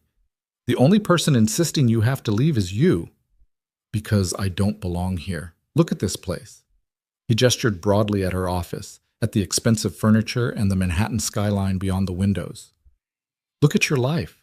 You're a billionaire CEO. I'm a guy who drives a car held together with duct tape and hope. Our worlds don't overlap. They collided temporarily because you needed help and I needed money, but that doesn't make us family. Money doesn't make family. Love makes family. Showing up makes family. And you've been doing that every single day. She paused, her throat tight. But I can't force you to stay if you're determined to leave. I can't make you believe you're worth keeping if you've already decided you're not. So if this is really what you want, if you really think leaving is what's best, then I won't fight you. She picked up the resignation letter, held it between them like evidence. But before you walk out that door, I need you to understand something. This will hurt Milo. Not eventually, not hypothetically, immediately and deeply. He will see this as abandonment, as proof that he's too broken to love, too difficult to keep. And no amount of explanation or gentle transition will change that, because kids his age think in absolutes. You're either here or you're not. You either keep your promises or you don't. Aiden's hands clenched into fists at his sides. I know. Do you? Because you're so busy trying to protect him from hypothetical future pain that you're about to cause him very real present pain. You're doing exactly what you're afraid of. You're leaving him. I'm trying to do the right thing. The right thing is staying. The right thing is fighting for this, even when it's scary. The right thing is believing that you deserve to be part of something good instead of running the moment it gets real. She took a breath, steadying herself. But you have to choose that, Aiden. I can't choose it for you. She held out the letter. He stared at it like it might catch fire, his chest rising and falling with shallow breaths. I need to think, he said finally, his voice rough. Then think. But think about what Milo actually needs, not what your fear is telling you he needs. Think about Arya and what kind of life you actually want to build for her. Think about whether you're protecting anyone or just protecting yourself. He took the letter back, folding it carefully, and put it in his pocket. Then he turned and walked out of her office without another word. Verena sank back into her chair the moment the door closed, pressing her palms against her eyes. She'd handled that badly. Too harsh, too aggressive, too much CEO and not enough human. But God, watching him prepare to walk away, watching him sabotage the best thing that had happened to any of them, it had made her angry in a way she hadn't felt in years. Angry at him for being scared. Angry at herself for not seeing it sooner. Angry at his ex-wife for breaking him so thoroughly that he couldn't recognize love when it was offered freely. Her phone buzzed. Marcus. Ms. Cole, Mr. Shaw just left the building. He looked quite upset. Milo saw him go and is asking questions. Verena's heart sank. What did you tell him? That Mr. Shaw had an errand to run and would be back soon, but I'm not certain that was the truth. It wasn't. He quit, Marcus. He resigned. The silence on the other end spoke volumes. Then, what would you like me to do? Nothing yet. Let me handle Milo. Just make sure he's okay until I get home. Of course. The drive back to the mansion felt endless. Verena's mind churned through everything Aiden had said, everything she'd said back, trying to find the moment where it all went wrong. Maybe she'd pushed too hard, offered too much too fast. Maybe he was right. Maybe she was trying to replace Daniel with someone safer, Someone who wouldn't leave through death because she could control the relationship through employment. Or maybe Aiden was running from the first real connection he'd had since his marriage fell apart, and she'd just watched him go instead of fighting harder. She found Milo in the playroom, building a structure that looked like a fortress. Tall walls, one entrance, everything designed to keep threats out. He didn't look up when she entered. "Hey, sweetheart." She sat on the floor near him, not too close. "Can we talk?" "Where's Aiden?" "He had to leave early today. He needed some time to think about things." "What things?" Verena chose honesty the way Aiden would have. Some grown-up things that are confusing. Things about jobs and families and where people belong. Milo's hands stilled on the blocks. "Is he coming back?" "I don't know." The admission hung between them. Milo's face crumpled and Verena braced for the rage, the destruction, the tears. Instead, he just looked at her with eyes too old for his face and asked the question that broke her heart. "Did I do something wrong?" "Oh, Milo, no." She moved closer, pulling him onto her lap despite his initial resistance. "You didn't do anything wrong. This isn't about you." Then why would he leave? Because sometimes people get scared. Even grown-ups. Even people who care about us a lot. They get scared of getting hurt, so they hurt themselves first by leaving before anyone can leave them. "That's stupid." "Yeah," Verena agreed, her voice thick. "It really is." Milo was quiet for a moment, his small body tense against hers. Then, "Is he scared of me?" "No, baby. He's scared of losing you. There's a difference. But if he leaves, he loses me anyway." The logic was irrefutable. Verena held him tighter, wishing she had better answers, wishing she could fix this the way she fixed corporate problems, with money or strategy or sheer force of will.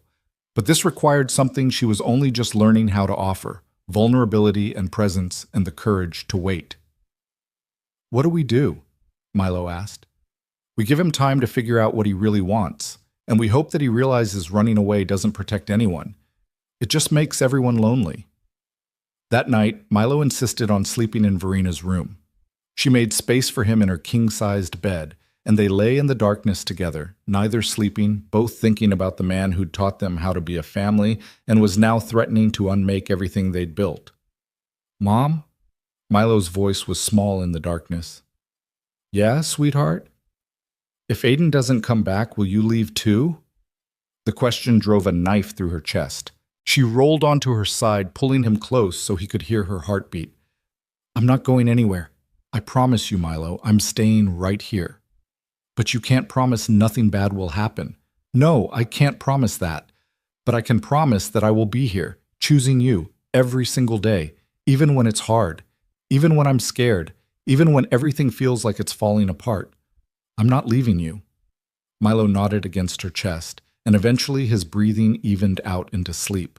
But Verena lay awake for hours staring at the ceiling, replaying every conversation she'd had with Aiden, searching for the words that would have made him stay. 2 days passed with no word. Aiden didn't call, didn't text, didn't show up at the mansion. Marcus fielded questions from Milo with gentle deflections, but even he was starting to look worried. Verena threw herself into work as a distraction, taking meetings she normally would have delegated, reviewing contracts that didn't need her attention. But every few hours she'd check her phone, hoping for a message that never came. On the third day, her assistant knocked on her office door. "Miss Cole? There's someone here to see you. He doesn't have an appointment, but he says it's urgent."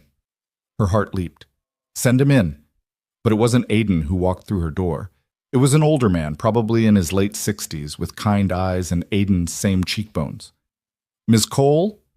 He extended a hand. "I'm Thomas Shaw, Aiden's father. I hope you don't mind me dropping by unannounced." Verena shook his hand, confused. "Of course not. Please, sit. Is everything all right? Is Aiden?" "Aiden's fine, physically." Thomas settled into the chair across from her desk. "But he's been staying with me the past few days, and I can see he's tearing himself apart over whatever happened between you two. He told you about the resignation. He told me he quit a job he loved because he was scared of screwing it up, which, if you know my son at all, is exactly what he does. He'd rather destroy something good on his own terms than wait for it to fall apart naturally." Thomas leaned forward, his expression earnest. I came here because I needed to know something. Did you mean it? Mean what? The offer to make him part of your family, to bring Arya into your home, to give him a place that wasn't temporary. Thomas's eyes were sharp despite their kindness. Or was that something you said in the moment because it seemed like the right thing to say? Verena met his gaze steadily. I meant every word. Even though he's not Milo's father, even though he's just some guy you hired 2 months ago. He's not just some guy. He's the person who saved my son when I couldn't, who taught me how to be present again, who became family, not because of blood or obligation, but because he showed up every single day and chose to care. Her voice cracked slightly. So yes, I meant it, all of it. Thomas nodded slowly, something like approval in his expression. Aiden's first wife, Arya's mother. She left because she wanted a bigger life than what he could provide. She wanted wealth and excitement and freedom from responsibility. And when she walked away from their daughter without looking back, it broke something in him, made him believe he wasn't enough, that no one would ever choose to stay with him. I'm not his ex-wife. I know. But he doesn't know that yet. Not really. Not deep down where it matters. Thomas stood, pulling something from his pocket. He doesn't know I'm here. Doesn't know I came to see if you were real or just another dream he'd convinced himself he didn't deserve. He held out a folded piece of paper, the same resignation letter Aiden had given her 3 days ago. But this version was torn. Not neatly, but violently, ripped into quarters and then taped back together with shaking hands. I found this in his trash can last night, Thomas said quietly. He tore it up. Then he taped it back together. Then he tore it up again. He's been doing that for 3 days, trying to decide if he made the right choice or the worst mistake of his life. Verena took the letter carefully, feeling the weight of all that indecision. What does he want me to do? He wants you to fight for him, but he's too scared to ask, too convinced he's not worth fighting for. So he's waiting to see if you'll give up or keep trying. Thomas moved toward the door, then paused. My son is one of the best men I know. He'd give his last dollar to someone in need, sacrifice his own happiness for people he loves. But he's terrible at believing people could love him the same way. Show him he's wrong. Don't let him run. After Thomas left, Verena sat with the taped-together letter for a long time. Then she picked up her phone and made a call she should have made days ago. That evening, she drove to the address Thomas had quietly provided. A small house in a suburb 40 minutes from the city, with a neat lawn and a rusted basketball hoop in the driveway. Aiden's Honda sat in front of the garage, and through the living room window, she could see him sitting on the couch, Arya curled against his side. Verena sat in her car for 5 minutes, gathering courage. Then she walked up the path and knocked. Aiden answered the door, his eyes widening in shock. Verena, what are you... You tore up your resignation letter. He glanced back into the house, then stepped outside, closing the door behind him. My dad told you. He came to see me, to make sure I wasn't going to hurt you the way your ex-wife did. He had no right. He had every right. He's your father. He loves you, and he's watching you sabotage the best thing that's happened to you in years because you're too scared to believe it's real. She held up the taped-together letter. Is this what you want, to walk away from Milo and me and everything we could build together? I don't know what I want. Yes, you do. You want to stay. You want to bring Arya home. You want to be part of our family. But you're terrified that if you let yourself have those things, we'll eventually take them away. Aiden's shoulders sagged. He sat on the front step, and after a moment, Verena sat beside him. My ex-wife told me I was too small, he said quietly. Too ordinary, too content with simple things. She said I'd never be enough for anyone who wanted more from life. And then she left Arya, our 4-year-old daughter, and never looked back. How am I supposed to believe that someone like you, someone who has everything, would choose to keep someone like me? Because I'm not choosing your bank account or your career potential or whatever other measuring stick your ex-wife used. I'm choosing you, the man who kneels on the floor to talk to my son, who plants sunflowers and reads stories and doesn't give up when things get hard. That's enough. That's more than enough. What happens when it's not? When you realize you could have anyone and you settled for Aiden. She turned to face him fully. I don't want anyone. I want you. And I need you to decide if you're brave enough to believe that. He looked at her for a long moment, vulnerability and hope warring in his expression. Then, slowly, he pulled the taped-together letter from his pocket. Apparently he'd been carrying it around, and tore it in half, and then in half again. The pieces fluttered to the ground between them like snow. I'm terrified, he admitted, terrified. Me too. I don't know how to do this, how to be part of something without waiting for it to end. Then we'll figure it out together. That's what family does. The door behind them opened. Arya peeked out, her dark curls sleep-mussed, clutching a stuffed rabbit. Daddy? Who's that? Aiden's expression softened immediately. Arya, baby, this is Ms. Cole. Remember I told you about Milo? The boy with the sunflowers? That's right. Miss Cole is his mom. Arya studied Verena with solemn eyes. Are you nice? I try to be, Verena said gently. Your dad talks about you all the time. He says you're very brave.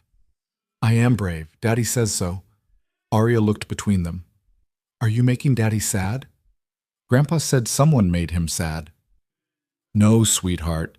I'm trying to make him happy. But sometimes grown-ups make things more complicated than they need to be. Arya considered this. Then she walked over and took Verena's hand. You should come inside. It's cold, and we have cookies. Verena looked at Aiden, who nodded slowly. She let this tiny, brave girl lead her into the house where Aiden had been hiding from Hope, and she thought maybe this was what healing looked like. Not grand gestures or perfect words, but small moments of choosing connection over fear. They sat in Thomas's living room, eating store-brand cookies while Arya chatted about her preschool and her friends, and the flowers she wanted to plant when she lived with Daddy again. Aiden was quiet, watching Verena interact with his daughter with an expression that was equal parts wonder and terror. When Arya finally fell asleep against Aiden's side, Thomas appeared from wherever he'd been tactfully hiding. I'll put her to bed. You two talk. After he carried Arya down the hall, Verena turned to Aiden. She's wonderful. She's everything. His voice was thick with emotion. And I've been trying so hard to build a life she deserves that I almost walked away from the best opportunity I've ever had. So don't walk away. Come home. Bring her home. Let us be your family. Just like that. Just like that.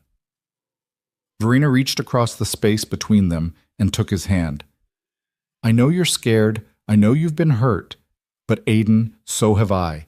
So has Milo. And we're all choosing to try again anyway. That's what courage is. Not the absence of fear, but doing it scared. He squeezed her hand, his thumb brushing across her knuckles.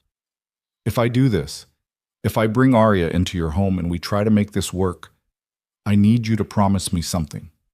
Anything. Promise me that if it doesn't work out, if 6 months from now or a year from now we realize this was a mistake, you'll tell me honestly. Don't let me get comfortable just to pull the rug out later. I can handle rejection. I can't handle false hope. Aiden, this isn't false hope. This is real. And yes, I promise. If somehow this becomes unhealthy or wrong, we'll talk about it honestly. But I don't think that's going to happen.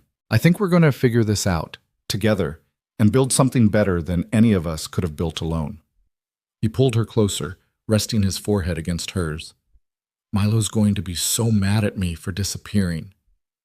Milo's going to be thrilled you're coming back, and he's going to love meeting Arya. What if they don't get along? They will. But even if they don't immediately, they'll learn. That's what siblings do. The word hung between them, siblings, implying a permanence they hadn't quite articulated yet. Aiden pulled back to look at her, something shifting in his expression. You really see this working, all of us under one roof, trying to be a family? I really do. And I think you do too. Or you wouldn't have taped that letter back together 50 times. He laughed, the sound rough but genuine. You're right, I'm an idiot. You're scared. There's a difference. I'm both. Then be both. But be both while staying, not while running away. He nodded slowly, and she could see him making the decision, choosing courage over comfort. Okay, yeah, let's do this. Let's try. She pulled him into a hug, feeling his arms come around her, and thought about how strange and unexpected this all was. Two broken people and two hurting children trying to build something whole from their collective pieces. It shouldn't work. By any reasonable measure, it was too fast, too complicated, too many variables. But sometimes the best things didn't make sense on paper. Sometimes they just made sense in the heart. They drove back to the mansion together the next morning, Aiden following Verina's car in his rattling Honda with Arya strapped into her booster seat in the back, clutching her stuffed rabbit and asking questions about everything. Thomas had helped pack 2 suitcases the night before, enough clothes and toys to last until they could retrieve the rest of Arya's things, and had hugged his son at the door with tears in his eyes and instructions to stop being so afraid of happiness. Verina had barely slept, her mind churning through logistics and possibilities and the sheer enormity of what they were about to do. She'd called Marcus at 11 p.m. to warn him they'd have a new permanent resident by morning, and to his credit, he'd simply asked what Arya's favorite breakfast food was and whether she had any allergies. By the time they pulled into the circular driveway at 8:15, the suite in the family wing was ready. The kitchen was stocked with child-friendly foods, and Marcus had even found a small step stool for the bathroom sink. Milo was waiting on the front steps, having stationed himself there since dawn, according to Marcus. The moment Verina's car stopped, he was running toward it, his face a mixture of hope and fear that broke her heart. "Mom, is Aiden?" He stopped short when he saw the Honda pulling in behind them, his eyes going wide. "He came back." "He came back," Verina confirmed, crouching down to his level. "And he brought someone very special with him." Aiden emerged from the Honda, moving to open the back door. Arya climbed out carefully, her rabbit clutched to her chest, her eyes huge as she took in the mansion. She was smaller than Verina had expected from the FaceTime calls, delicate-looking with Aiden's dark curls and a dusting of freckles across her nose. Milo approached slowly, suddenly shy. "Hi, I'm Milo." "I know, you're the sunflower boy." Arya's voice was soft but clear. "I'm Arya. This is Mr. Hopscotch." She held up the rabbit. "He's very brave, so I don't have to be scared all the time." "That's smart. Do you want to see the actual sunflowers? They're in the back garden. They're almost as tall as me now." Arya looked up at Aiden, who nodded encouragingly. She took a tentative step toward Milo, then another, and then suddenly they were walking toward the house together, Milo chattering about the garden and the playroom and all the things they could build, while Arya listened with solemn attention. Verina and Aiden stood by the cars, watching them disappear through the front door. "That went better than I expected," Aiden said quietly. "Kids are resilient. They want connection. They just need permission to reach for it." "Is that what we're doing? Reaching for connection?" She turned to look at him, this man who'd become essential without her quite noticing when it happened. "I think we already found it. Now we're just figuring out what to do with it." Marcus appeared in the doorway, his expression carefully neutral in the way that meant he was deeply pleased. "Mr. Shaw, welcome back. I've prepared the suite in the East Wing. 2 bedrooms as requested, and I took the liberty of adding some books to the smaller room that I thought Arya might enjoy. If the selection isn't appropriate, I can certainly— I'm sure it's perfect, Marcus, thank you." Aiden grabbed the suitcases from his trunk. "Should I— 2nd floor, east corridor, last door on the right. The children are already in the garden if you'd like to join them after you've settled in." They found Milo and Arya kneeling by the sunflower patch, Milo explaining in great detail about soil and water and how you had to be patient because plants grew slowly, but it was worth the wait. Arya listened with the kind of attention that suggested she was memorizing every word. "And this one," Milo pointed to the tallest sunflower, "this one's mine. I planted it first, but you can have your own if you want. We have extra seeds." "Can I really?" Arya's face lit up. "Daddy, can I plant a flower?" Aiden smiled, the tension finally leaving his shoulders. "Of course you can, baby. Milo's the expert. He'll teach you." They spent the morning in the garden, the 4 of them, planting 3 new sunflower seeds that Arya patted into place with intense concentration. Milo showed her how to water them without drowning them, how to measure their growth, how to talk to them so they'd grow strong. And Arya, who'd spent the past year in her grandfather's small apartment with no yard and no garden, absorbed every word like she'd been waiting her whole life for exactly this knowledge. Verina watched from a few feet away, her heart expanding with something she couldn't quite name. This was what she'd lost after Daniel died. This sense of wholeness, of family, of ordinary moments that mattered more than any business deal or board meeting. She'd thought it was gone forever, buried with her husband, but here it was, taking a different shape, built from broken pieces that somehow fit together better than the original ever had. "Mom, look!" Milo called. "Arya planted her seeds perfect on the first try. She's a natural." "That's wonderful, sweetheart." Verena moved closer, kneeling beside Arya. "What are you going to name your sunflower?" Arya considered this seriously. "Hope? Because Daddy says hope is what makes flowers grow even when it's dark." The simplicity of it, the unconscious wisdom, made Verena's throat tight. "That's a beautiful name." They went inside for lunch, the children chattering nonstop now that the initial shyness had worn off. Marcus had prepared grilled cheese sandwiches and fruit, and they ate in the kitchen rather than the formal dining room, the space feeling more like a home than it had in months. Afterward, Milo dragged Arya to the playroom to show her his block collection. Verena and Aiden followed at a distance, watching through the doorway as the children immediately began building something together, their heads bent close, already developing that unconscious synchronicity that suggested they'd be friends. "I can't believe this is real," Aiden said quietly. "Yesterday I was convinced I'd ruined everything. Today I'm standing in your home watching my daughter play with your son like they've known each other forever. Life changes fast. We just have to be brave enough to let it." He looked at her, something vulnerable in his expression.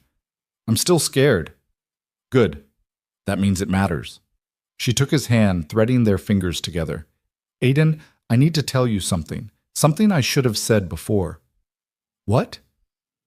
"I deleted the cameras. The ones I used to watch you and Milo. I haven't looked at a single feed in 3 weeks." He absorbed this, understanding the significance.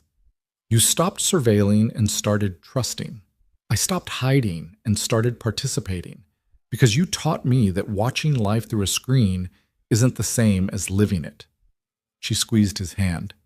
"Thank you for that, for teaching me how to be present again. You taught yourself. I just showed up." "You did more than show up. You saved us. I think maybe we saved each other."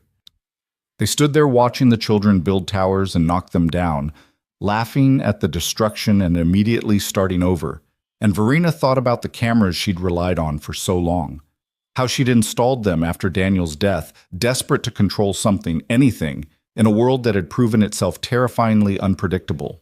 How she'd watched Milo spiral through those lenses, observed his pain without feeling it, kept herself at a safe distance from emotions that might drown her. And how Aiden had walked into that surveillance state and unknowingly shown her what she was missing, not through judgment or criticism, but simply through being present in ways she'd forgotten how to be.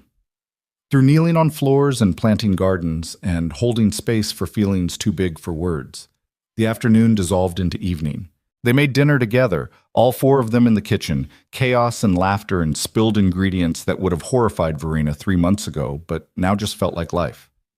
Arya insisted on helping with everything, her small hands stirring pasta sauce and setting the table with mismatched precision. Milo hovered protectively, catching her when she nearly dropped a plate, teaching her which forks went where.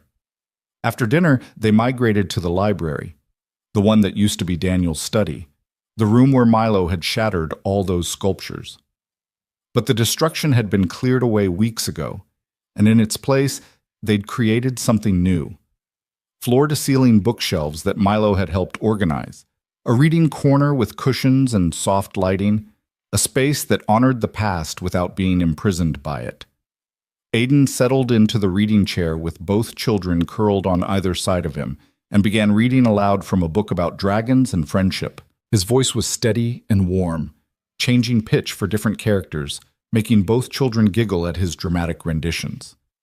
Verena sat across from them, pretending to read her own book, but mostly just watching, memorizing this moment because she knew it was important. Knew it was the kind of moment that would define the architecture of their new family. Halfway through the 3rd chapter, Arya's eyes started to droop.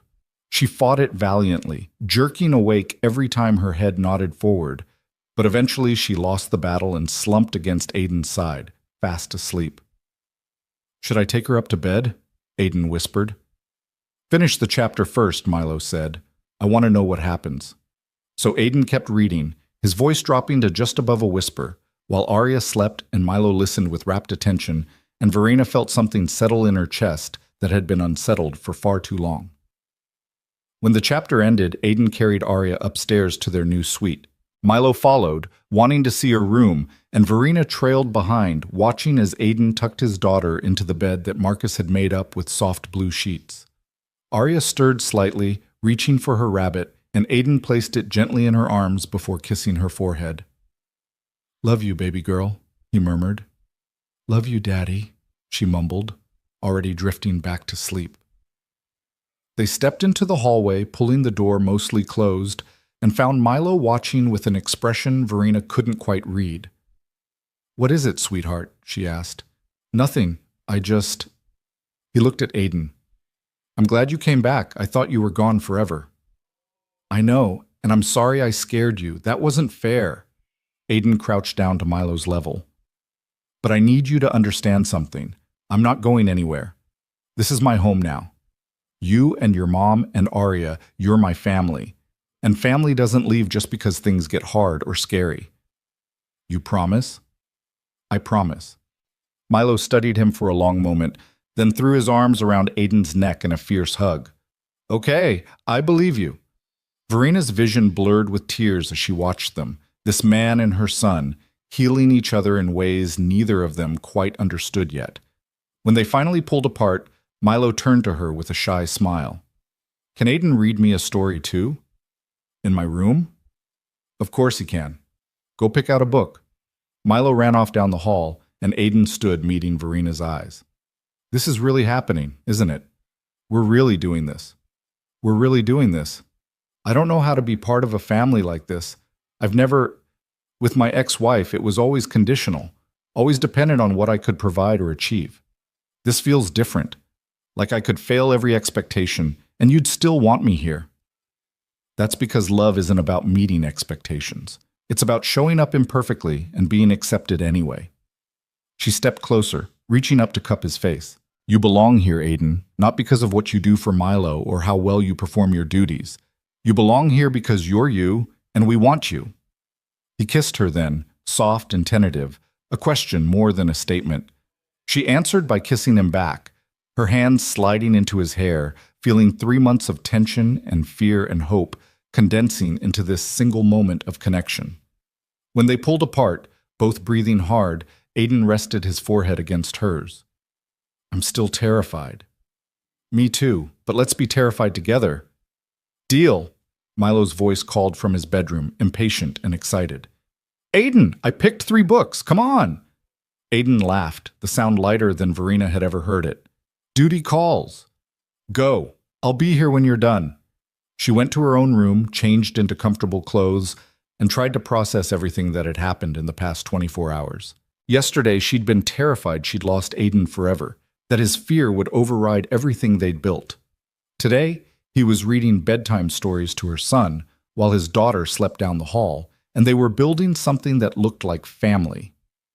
It was fast. Objectively, it was too fast, going from employer and employee to something like co-parents in less than 3 months. Her board of directors would have called it reckless. Her late husband's family would probably call it disrespectful to Daniel's memory. But Verena had spent 18 months being careful and controlled and properly grieving, and it had nearly destroyed her and her son both. Sometimes the right thing looked reckless to people on the outside. Sometimes healing didn't follow a socially acceptable timeline. A soft knock on her door pulled her from her thoughts. Aiden stood in the hallway, looking hesitant. Milo's asleep. All 3 books, 2 glasses of water, and a 15-minute discussion about whether dragons could be friends with sharks later. She smiled. "Sounds exhausting." "Sounds perfect." He leaned against the doorframe. "I should let you sleep. Tomorrow's going to be busy. We need to go back to my dad's and get the rest of Arya's things. And I should probably formally notify my landlord that I'm breaking my lease and—" "Aiden." "Yeah?" "Stop planning. Just for tonight. Stop thinking about logistics and tomorrow and everything that needs to happen. Just be here. Right now. With me." He stepped into her room, closing the door softly behind him. They sat on the edge of her bed, not touching, just existing in the same space. The silence stretched comfortable and warm between them. "Can I ask you something?" Verena said finally. "Anything." Iggy. What changed between when you gave me the resignation letter and when you tore it up? What made you decide to stay? Aiden was quiet for a moment, gathering his thoughts. "Arya. She asked me why I looked so sad and I didn't have a good answer. I tried to explain that sometimes grown-ups have to make hard choices, but she just looked at me with those big eyes and said, 'Is the hard choice making you happy?' And I realized it wasn't. Walking away wasn't protecting anyone. It was just making all of us lonely and scared. Smart kid. The smartest. She gets it from her mother." He paused. "Not her birth mother, but the mother she's going to have here. You." The words hit Verena like a physical force. "Aiden, I can't replace—" "I'm not asking you to replace anyone. I'm asking if you're willing to help me raise her, to be a mother figure in her life the way I'm trying to be a father figure in Milo's. Not replacing Daniel, just adding to the family in a way that makes all of us more whole." Verena's hands shook slightly. "I barely know how to mother my own child. How am I supposed to help raise yours? The same way I learned, by showing up and trying and failing and trying again, by loving imperfectly but consistently." He took her hand. "We don't have to have all the answers right now. We just have to be willing to figure them out together. What if I mess it up? Then we'll fix it. That's what families do. They mess up and they fix it and they keep going." She leaned against his shoulder, letting herself take comfort in his solid presence. "This is insane. You know that, right? A billionaire CEO and a single dad and 2 traumatized kids trying to build a family from scratch. This shouldn't work.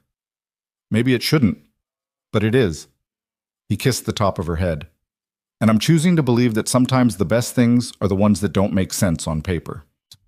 They talked for hours, curled up on her bed, mapping out possibilities and potential problems and everything in between. They discussed logistics, officially changing Aiden's employment status from nanny to something more like family manager, setting up college funds for both children, figuring out custody arrangements with Arya's grandfather who would want to remain involved. They discussed emotions, how to help both kids process their respective traumas, when to push and when to give space, how to build trust that would last. And somewhere in those conversations, between practical planning and vulnerable admissions, something shifted. The fear didn't disappear, but it became manageable, shared. A weight they could carry together instead of crushing them separately.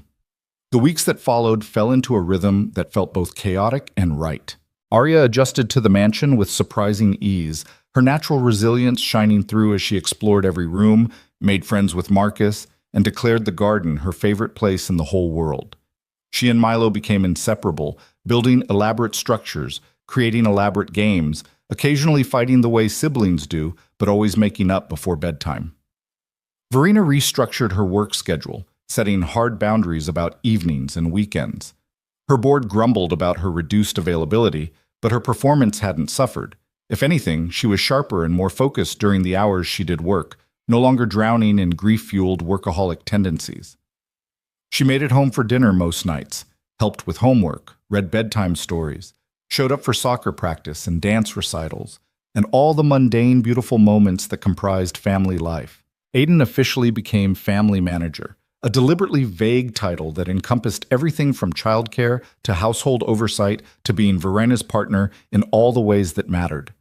They hired an additional staff member to handle cleaning and cooking during the day, freeing Aiden to focus on the children and the increasingly complex logistics of managing a household with 2 working adults and 2 active kids. Marcus, witnessing the transformation, pulled Verena aside one evening with tears in his eyes. "I've worked for your family for 20 years, he said quietly, "and I've never seen this house feel like a home until now." 3 months after Arya arrived, Verena did something she'd been avoiding since Daniel's death. She packed up his clothes, his personal effects, everything that had been preserved like a museum exhibit. Not to erase him, his photos still lined the hallways, his favorite books remained on the library shelves, but to make space for life to continue. She donated his clothes to charity, gave his watches to be held in trust for Milo when he was older, released the grip she'd had on physical objects, as if holding them tightly enough could bring him back. Aiden found her in their bedroom. It was their bedroom now, though that transition had happened gradually, night by night, until it felt natural for him to sleep beside her instead of down the hall. She was folding Daniel's favorite sweater, the one she'd been unable to part with, tears streaming down her face. "You don't have to do this all at once," Aiden said gently, sitting beside her. "Yes, I do. Because if I don't do it now, I never will, and I need to let him go. Not forget him, but stop living in the past. He'd be proud of you, of how far you've come, of the mother you've become again." "You think so?" "I know so. Because any man who loved you and Milo the way Daniel did would want you both to be happy, even if that happiness looks different than what he imagined." She folded the sweater one last time, placed it in the donation box, and let herself cry. Aiden held her through it, offering no platitudes, just presence. When the tears finally subsided, she felt lighter. Still sad, still grieving, but no longer drowning in it. 6 months after Aiden and Arya moved in, Milo's therapist called to schedule what she termed a celebration appointment. "I wanted to see Milo in person to mark his progress," Dr. Chen explained. "He's come so far from the boy who couldn't express feelings without destroying things. I think it would be valuable for him to recognize that growth." During the appointment, which Verena attended at Dr. Chen's invitation, Milo sat on the familiar couch in the familiar office and talked about his life with a confidence that would have been unthinkable a year ago. "I still miss my dad," he said when Dr. Chen asked how he was feeling. "I think about him a lot, but it doesn't hurt the same way anymore. It's more like he's part of me, but he's not the only part. Does that make sense?" "Perfect sense," Dr. Chen said. "What changed?" Milo thought about it seriously. "I have more people now. I have Mom, and she's actually around now. And I have Aiden, who teaches me stuff and listens when I'm upset. And I have Arya, who's like a sister. And I think when you have more people, the missing someone hurt gets smaller because you're not so lonely anymore." After the session, Dr. Chen pulled Verena aside. "Whatever you're doing, keep doing it. That child has healed more in 6 months than I thought possible. You should be very proud." Verena was proud. But more than that, she was grateful. Grateful for Aiden's intervention, for Milo's resilience, for the strange series of circumstances that had brought them all together. One Saturday afternoon in early autumn, they all went to the garden to check on the sunflowers. The original ones that Milo had planted had grown tall and strong, their faces turned toward the sun, their seeds beginning to form. Arya's flower, Hope, had grown fastest, already towering over the others despite being planted months later. "Look how big they are," Arya marveled. "We grew these from tiny seeds." "That's how growth works," Aiden said, pulling her close. "Slow and patient, but worth the wait." Milo knelt by his original flower, running his hand along the stalk. "This one's special. This is the first one I planted with you, Aiden, before Arya came, before everything got better." "Should we save the seeds?" Verena asked. "Plant them again next year?" "Yeah, and we can plant even more. Make the whole garden full of sunflowers."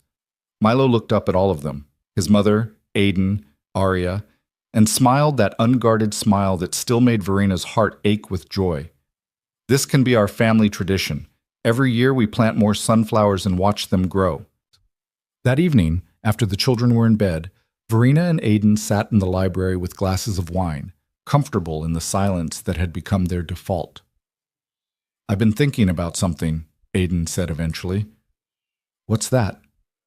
"We should make this official, not just employment and cohabitation, but actual family. I want to adopt Milo, and I want you to adopt Arya. Make us legally what we already are in practice." Verena's breath caught. "Are you serious?"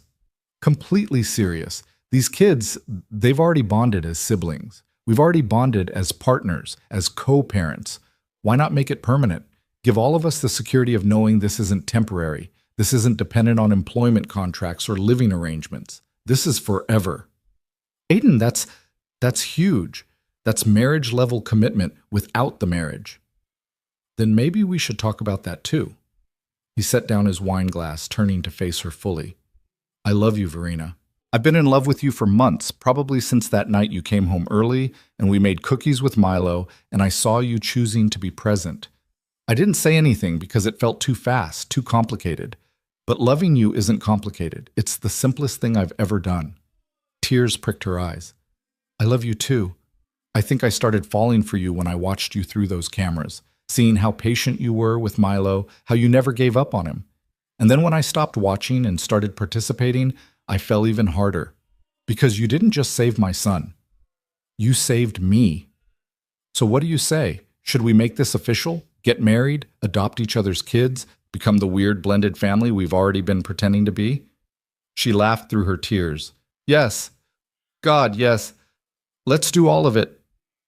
He kissed her then, deep and sure, and Verena felt the last pieces of her broken heart knit together. Not perfectly. The scars from Daniel's death would always be there, part of her story, part of what had shaped her. But whole enough to love again, brave enough to build something new. They told the children the next morning over pancakes. Arya's specialty now, she insisted on helping every time. Both kids processed the news with the beautiful simplicity of the young. So Aiden would be my dad? Like, my actual dad? Milo asked. If you want that, Aiden said carefully, your dad, Daniel, will always be your father, the one who was there first, the one you remember. I can't replace him, but I'd like to be your dad too, if you'll have me. Milo looked at Verena, seeking permission. She nodded, tears already streaming down her face. Okay, Milo said, his voice small but certain. Yeah, I want that. And Mom would be my mom? Arya looked between them. My real mom? I would love that more than anything, Verena said, pulling Arya onto her lap. If you want me to be.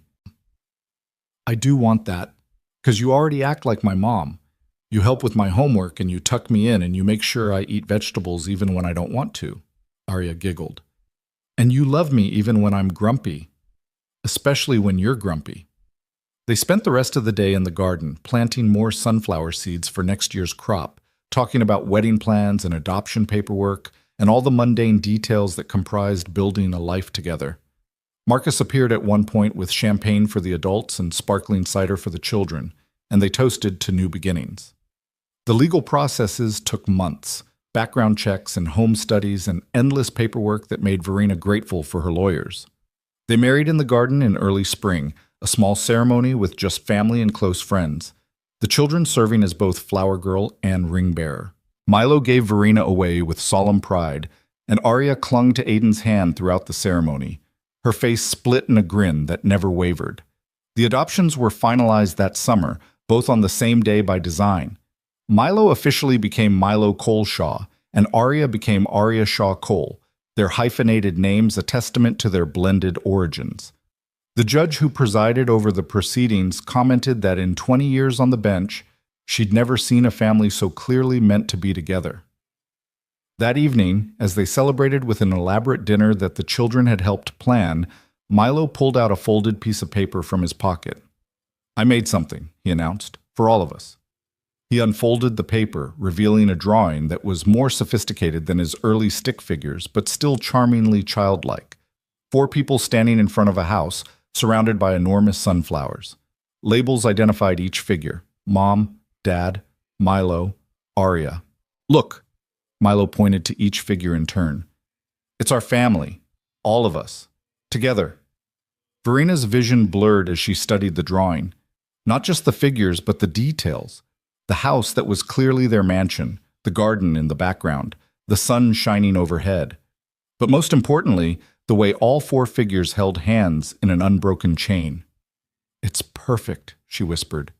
Can we frame it? It's just a drawing, Mom. It's not just a drawing, it's proof. Proof that families don't have to look a certain way to be real. That love can rebuild what loss tried to destroy. That sometimes the best things come from the broken pieces we thought could never be whole again. Aiden wrapped his arm around her shoulders, pulling her close while the children examined the drawing, debating where it should be hung. You know what the best part is? He murmured in her ear. What? This time next year, we'll look at this drawing and think about how young we all were, how much we've still grown since then, because this isn't the end of the story. It's just the beginning. He was right, Verena realized. They weren't finished healing or growing or learning how to be a family. They'd probably make mistakes, have conflicts, struggle through hard times. But they'd do it together, with patience and love, and the kind of commitment that didn't run when things got difficult. She looked at her family, her husband, her son, her daughter, and felt a peace she hadn't known was possible. The cameras were long gone, deleted and forgotten, replaced by actual presence and participation. The walls she'd built around her grief had been dismantled brick by brick, revealing the woman underneath who was capable of loving again. And the man who'd started as a stranger, hired to care for her son when she couldn't, had become the center of everything that mattered. That night, after the children were asleep and the celebration had wound down, Verena stood in the garden alone, looking at the sunflowers silhouetted against the twilight sky. She thought about the morning Aiden had first arrived, how desperate and hopeless she'd been, how certain that nothing would ever be right again. She thought about the cameras she'd installed, the surveillance she'd relied on, the way she'd tried to control every variable while missing the most important truth, that healing required presence, not observation, that love required risk, not safety, that family was something you built through showing up, not something you could manufacture through perfect planning. Behind her, the house glowed with warm light, and through the windows she could see Aiden moving through rooms, checking locks, turning off lights, performing the small rituals of home. Her home. Their home. "Thank you," she whispered to the stars, to Daniel's memory, to whatever force had brought Aiden Shaw into their lives at exactly the moment they needed him most. The sunflowers rustled in the evening breeze, and Verena smiled. For the first time since losing her husband, she wasn't watching life through a screen. She was living it, messy and imperfect and absolutely real. And it was more beautiful than anything she could have planned. She turned and walked back toward the house, toward the light, toward her family waiting inside. The cameras were gone. The walls were down. And in their place was something infinitely better: love, chosen daily. Family, built from broken pieces. Hope, growing tall like sunflowers, reaching for the sun. And it was enough. More than enough. It was everything.